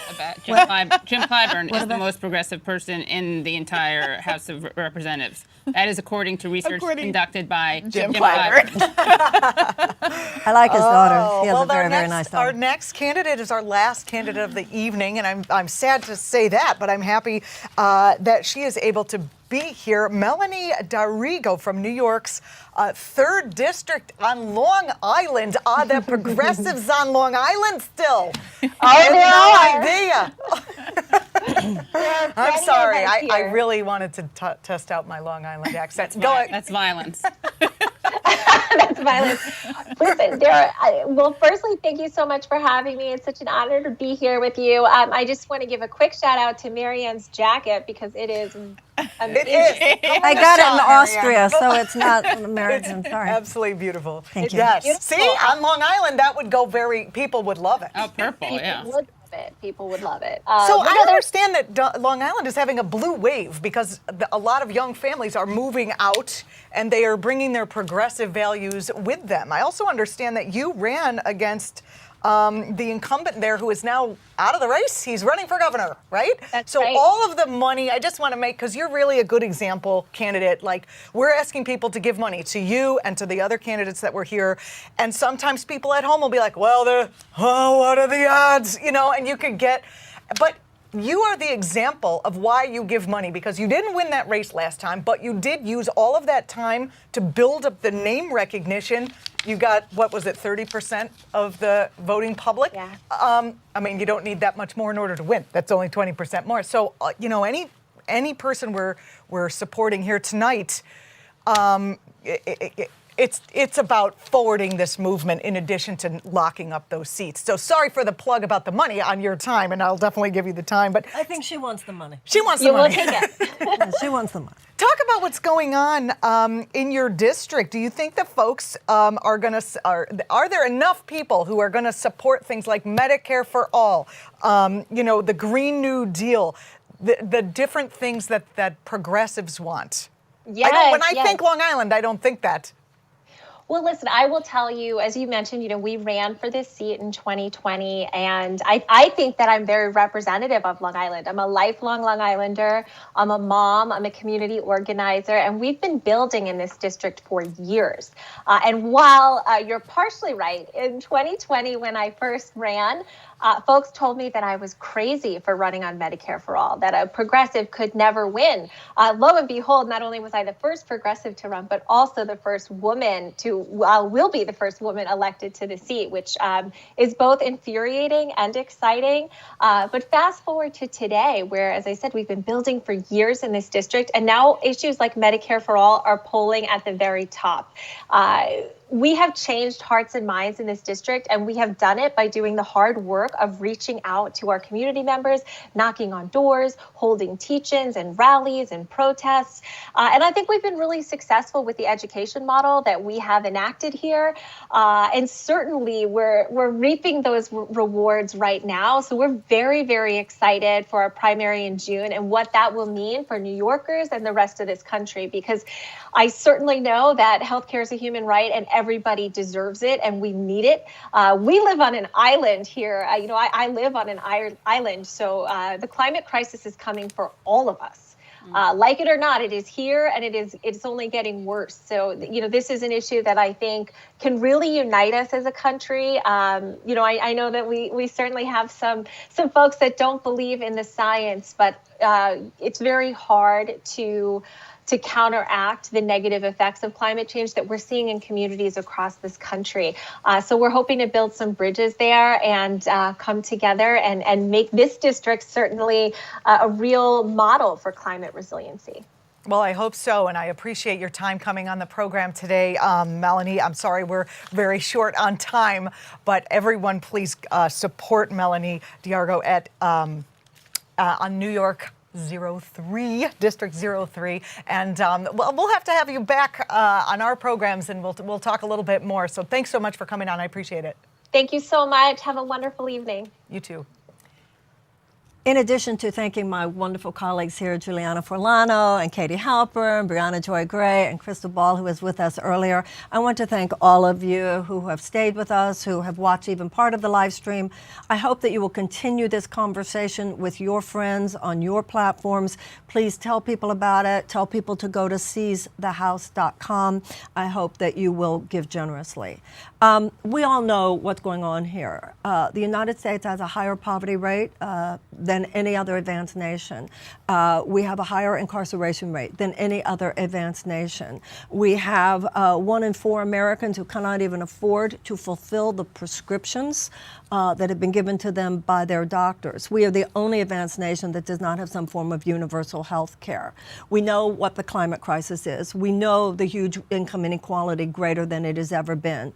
We know that a very tiny portion of our population controls the vast majority of our wealth. The time has come for us to stop just talking about it, though. We absolutely must interrupt the pattern. The status quo will not disrupt itself. We've talked about the various things that are needed. Obviously, a reinvigorated labor movement, which is good to see. We know about all the social justice movements, which are so important and which all of us are part of. We all have to do what we can do and what we feel called to do. I personally feel that voting is one of the areas, electoralism, as people like to say these days, it's undeniably important. As we've said so often here tonight, the terrible amount of human suffering that we see in this country, so much of it is due to bad public policy. And the only way that will change is with good public policy. And the only way that will change is with different people making the policies. So I want to ask my friends here to wrap it up. I just want to say thank you. Thank you to all of you. Thank you to these candidates. And one more plug, that you look at the seizthehouse.com videos on the candidate page, because you'll see a lot of other wonderful candidates. And I hope that in your district, wherever you live, 435 districts, everybody has a congressional race coming up. Find out who the people are running in your district. And if you find a good one, please support them. Do what you can. They need your help. What about it, girls? What do you think? Did we have a good night? I think that was fabulous. I'm telling you, everyone knows me. They know that I come to this with a certain degree of skepticism, and I will confess to having that alleviated to some extent, talking to some of these candidates. And I really am looking forward. I was DMing some of the folks as we were broadcasting, saying, okay, will you come on the show this Fantastic. week? Come on, call in, do whatever. Because these conversations deserve to be a lot longer. And a lot of them have a chance to win if we support them and believe. And I do think it'll make a difference. And we should also ask them the tough questions about accountability and all those other kinds of things. What their favorite number is. What their favorite number is. Because I think it helps them in the long term to I'm get so the hard glad to hear question it. here and now. That's what I have hoped for the whole podcast community, that there would be more introduction of candidates. Makes me very happy. What about you, Katie? Have a good night? Great. It was great. I would totally go out with them again. Hope to hear from them. I actually do. Will they call back? You just never know. Unless they, yeah. house. Julianna? I had a great, wonderful time. It's a pleasure to be with all of you, live and in person, and even unmasked. I mean, it's like unbelievable. But just to do a service, you know, a lot of people are feeling, myself included, like so much terrible is happening that you just want to help in some way, and we hope that this has supported some candidates to breaking down the barriers that they have to getting progressive policies passed. And feel free to make a monthly donation to seizethehouse.com. There are so many people who have enabled us to be here. Thank you to the Breaking Points people, Krystal and Sagar. Thank you for allowing us to use the set. Thank you, Eric Nicholas here, and all the people, wonderful people in the control room. Thank you, Lauren Selsky. Thank you, Helen Caddis, for all that you did as well with CandidateSummit.com. Howie Klein, none of these candidates would be highlighted here tonight were it not for the work of the extraordinary Howie Klein and Down with Tyranny blog. You say to Howie Klein, you just name a state, name a district. He can tell you everything that you need to know, who's running, who's the blue dog Democrat, who's the moderate. His mind is an encyclopedia, and I know that what Howie Klein has done for me in terms of education about these matters is inestimable. Thank you, Adam Christensen, for getting the site ready for us the way it is now. Thank you, James Lynch. Thank you, Peter Brown. Thank you, Calvin Underwood. And who wants to have the final words? We have a few minutes. I was the sort of stern clock keeper. We have 8 minutes. After working at Pacifica, I also know that I need to thank all of the people who've already given the money. I know we're still asking. Oh, that's right. Thank you. Yes. But thank you. I know the money is coming in. Thank you. If you have some problem, you can find Marianne and find me on the internet, and we'll figure out what the issue is. And thank you for all the people who had given money to these candidates long before tonight as well over the last year. Thank you. And look, there's probably some folks that would be interested in volunteers. And I know we get people all the time who say, I'm sorry, I'm down to my last $5. I can't donate anymore. And I completely appreciate that it's tough out there. But again, Google real quick. I know some of you don't know. It's okay. What districts you're in and figure out what's going on and see if you can lend a support in those kinds of ways as well. Yeah. They need you, and if we get these people to Washington, they will do amazing things for all of us. It'll be a match made in heaven. God bless you, everybody. Thank you so much. Bye-bye. Good night.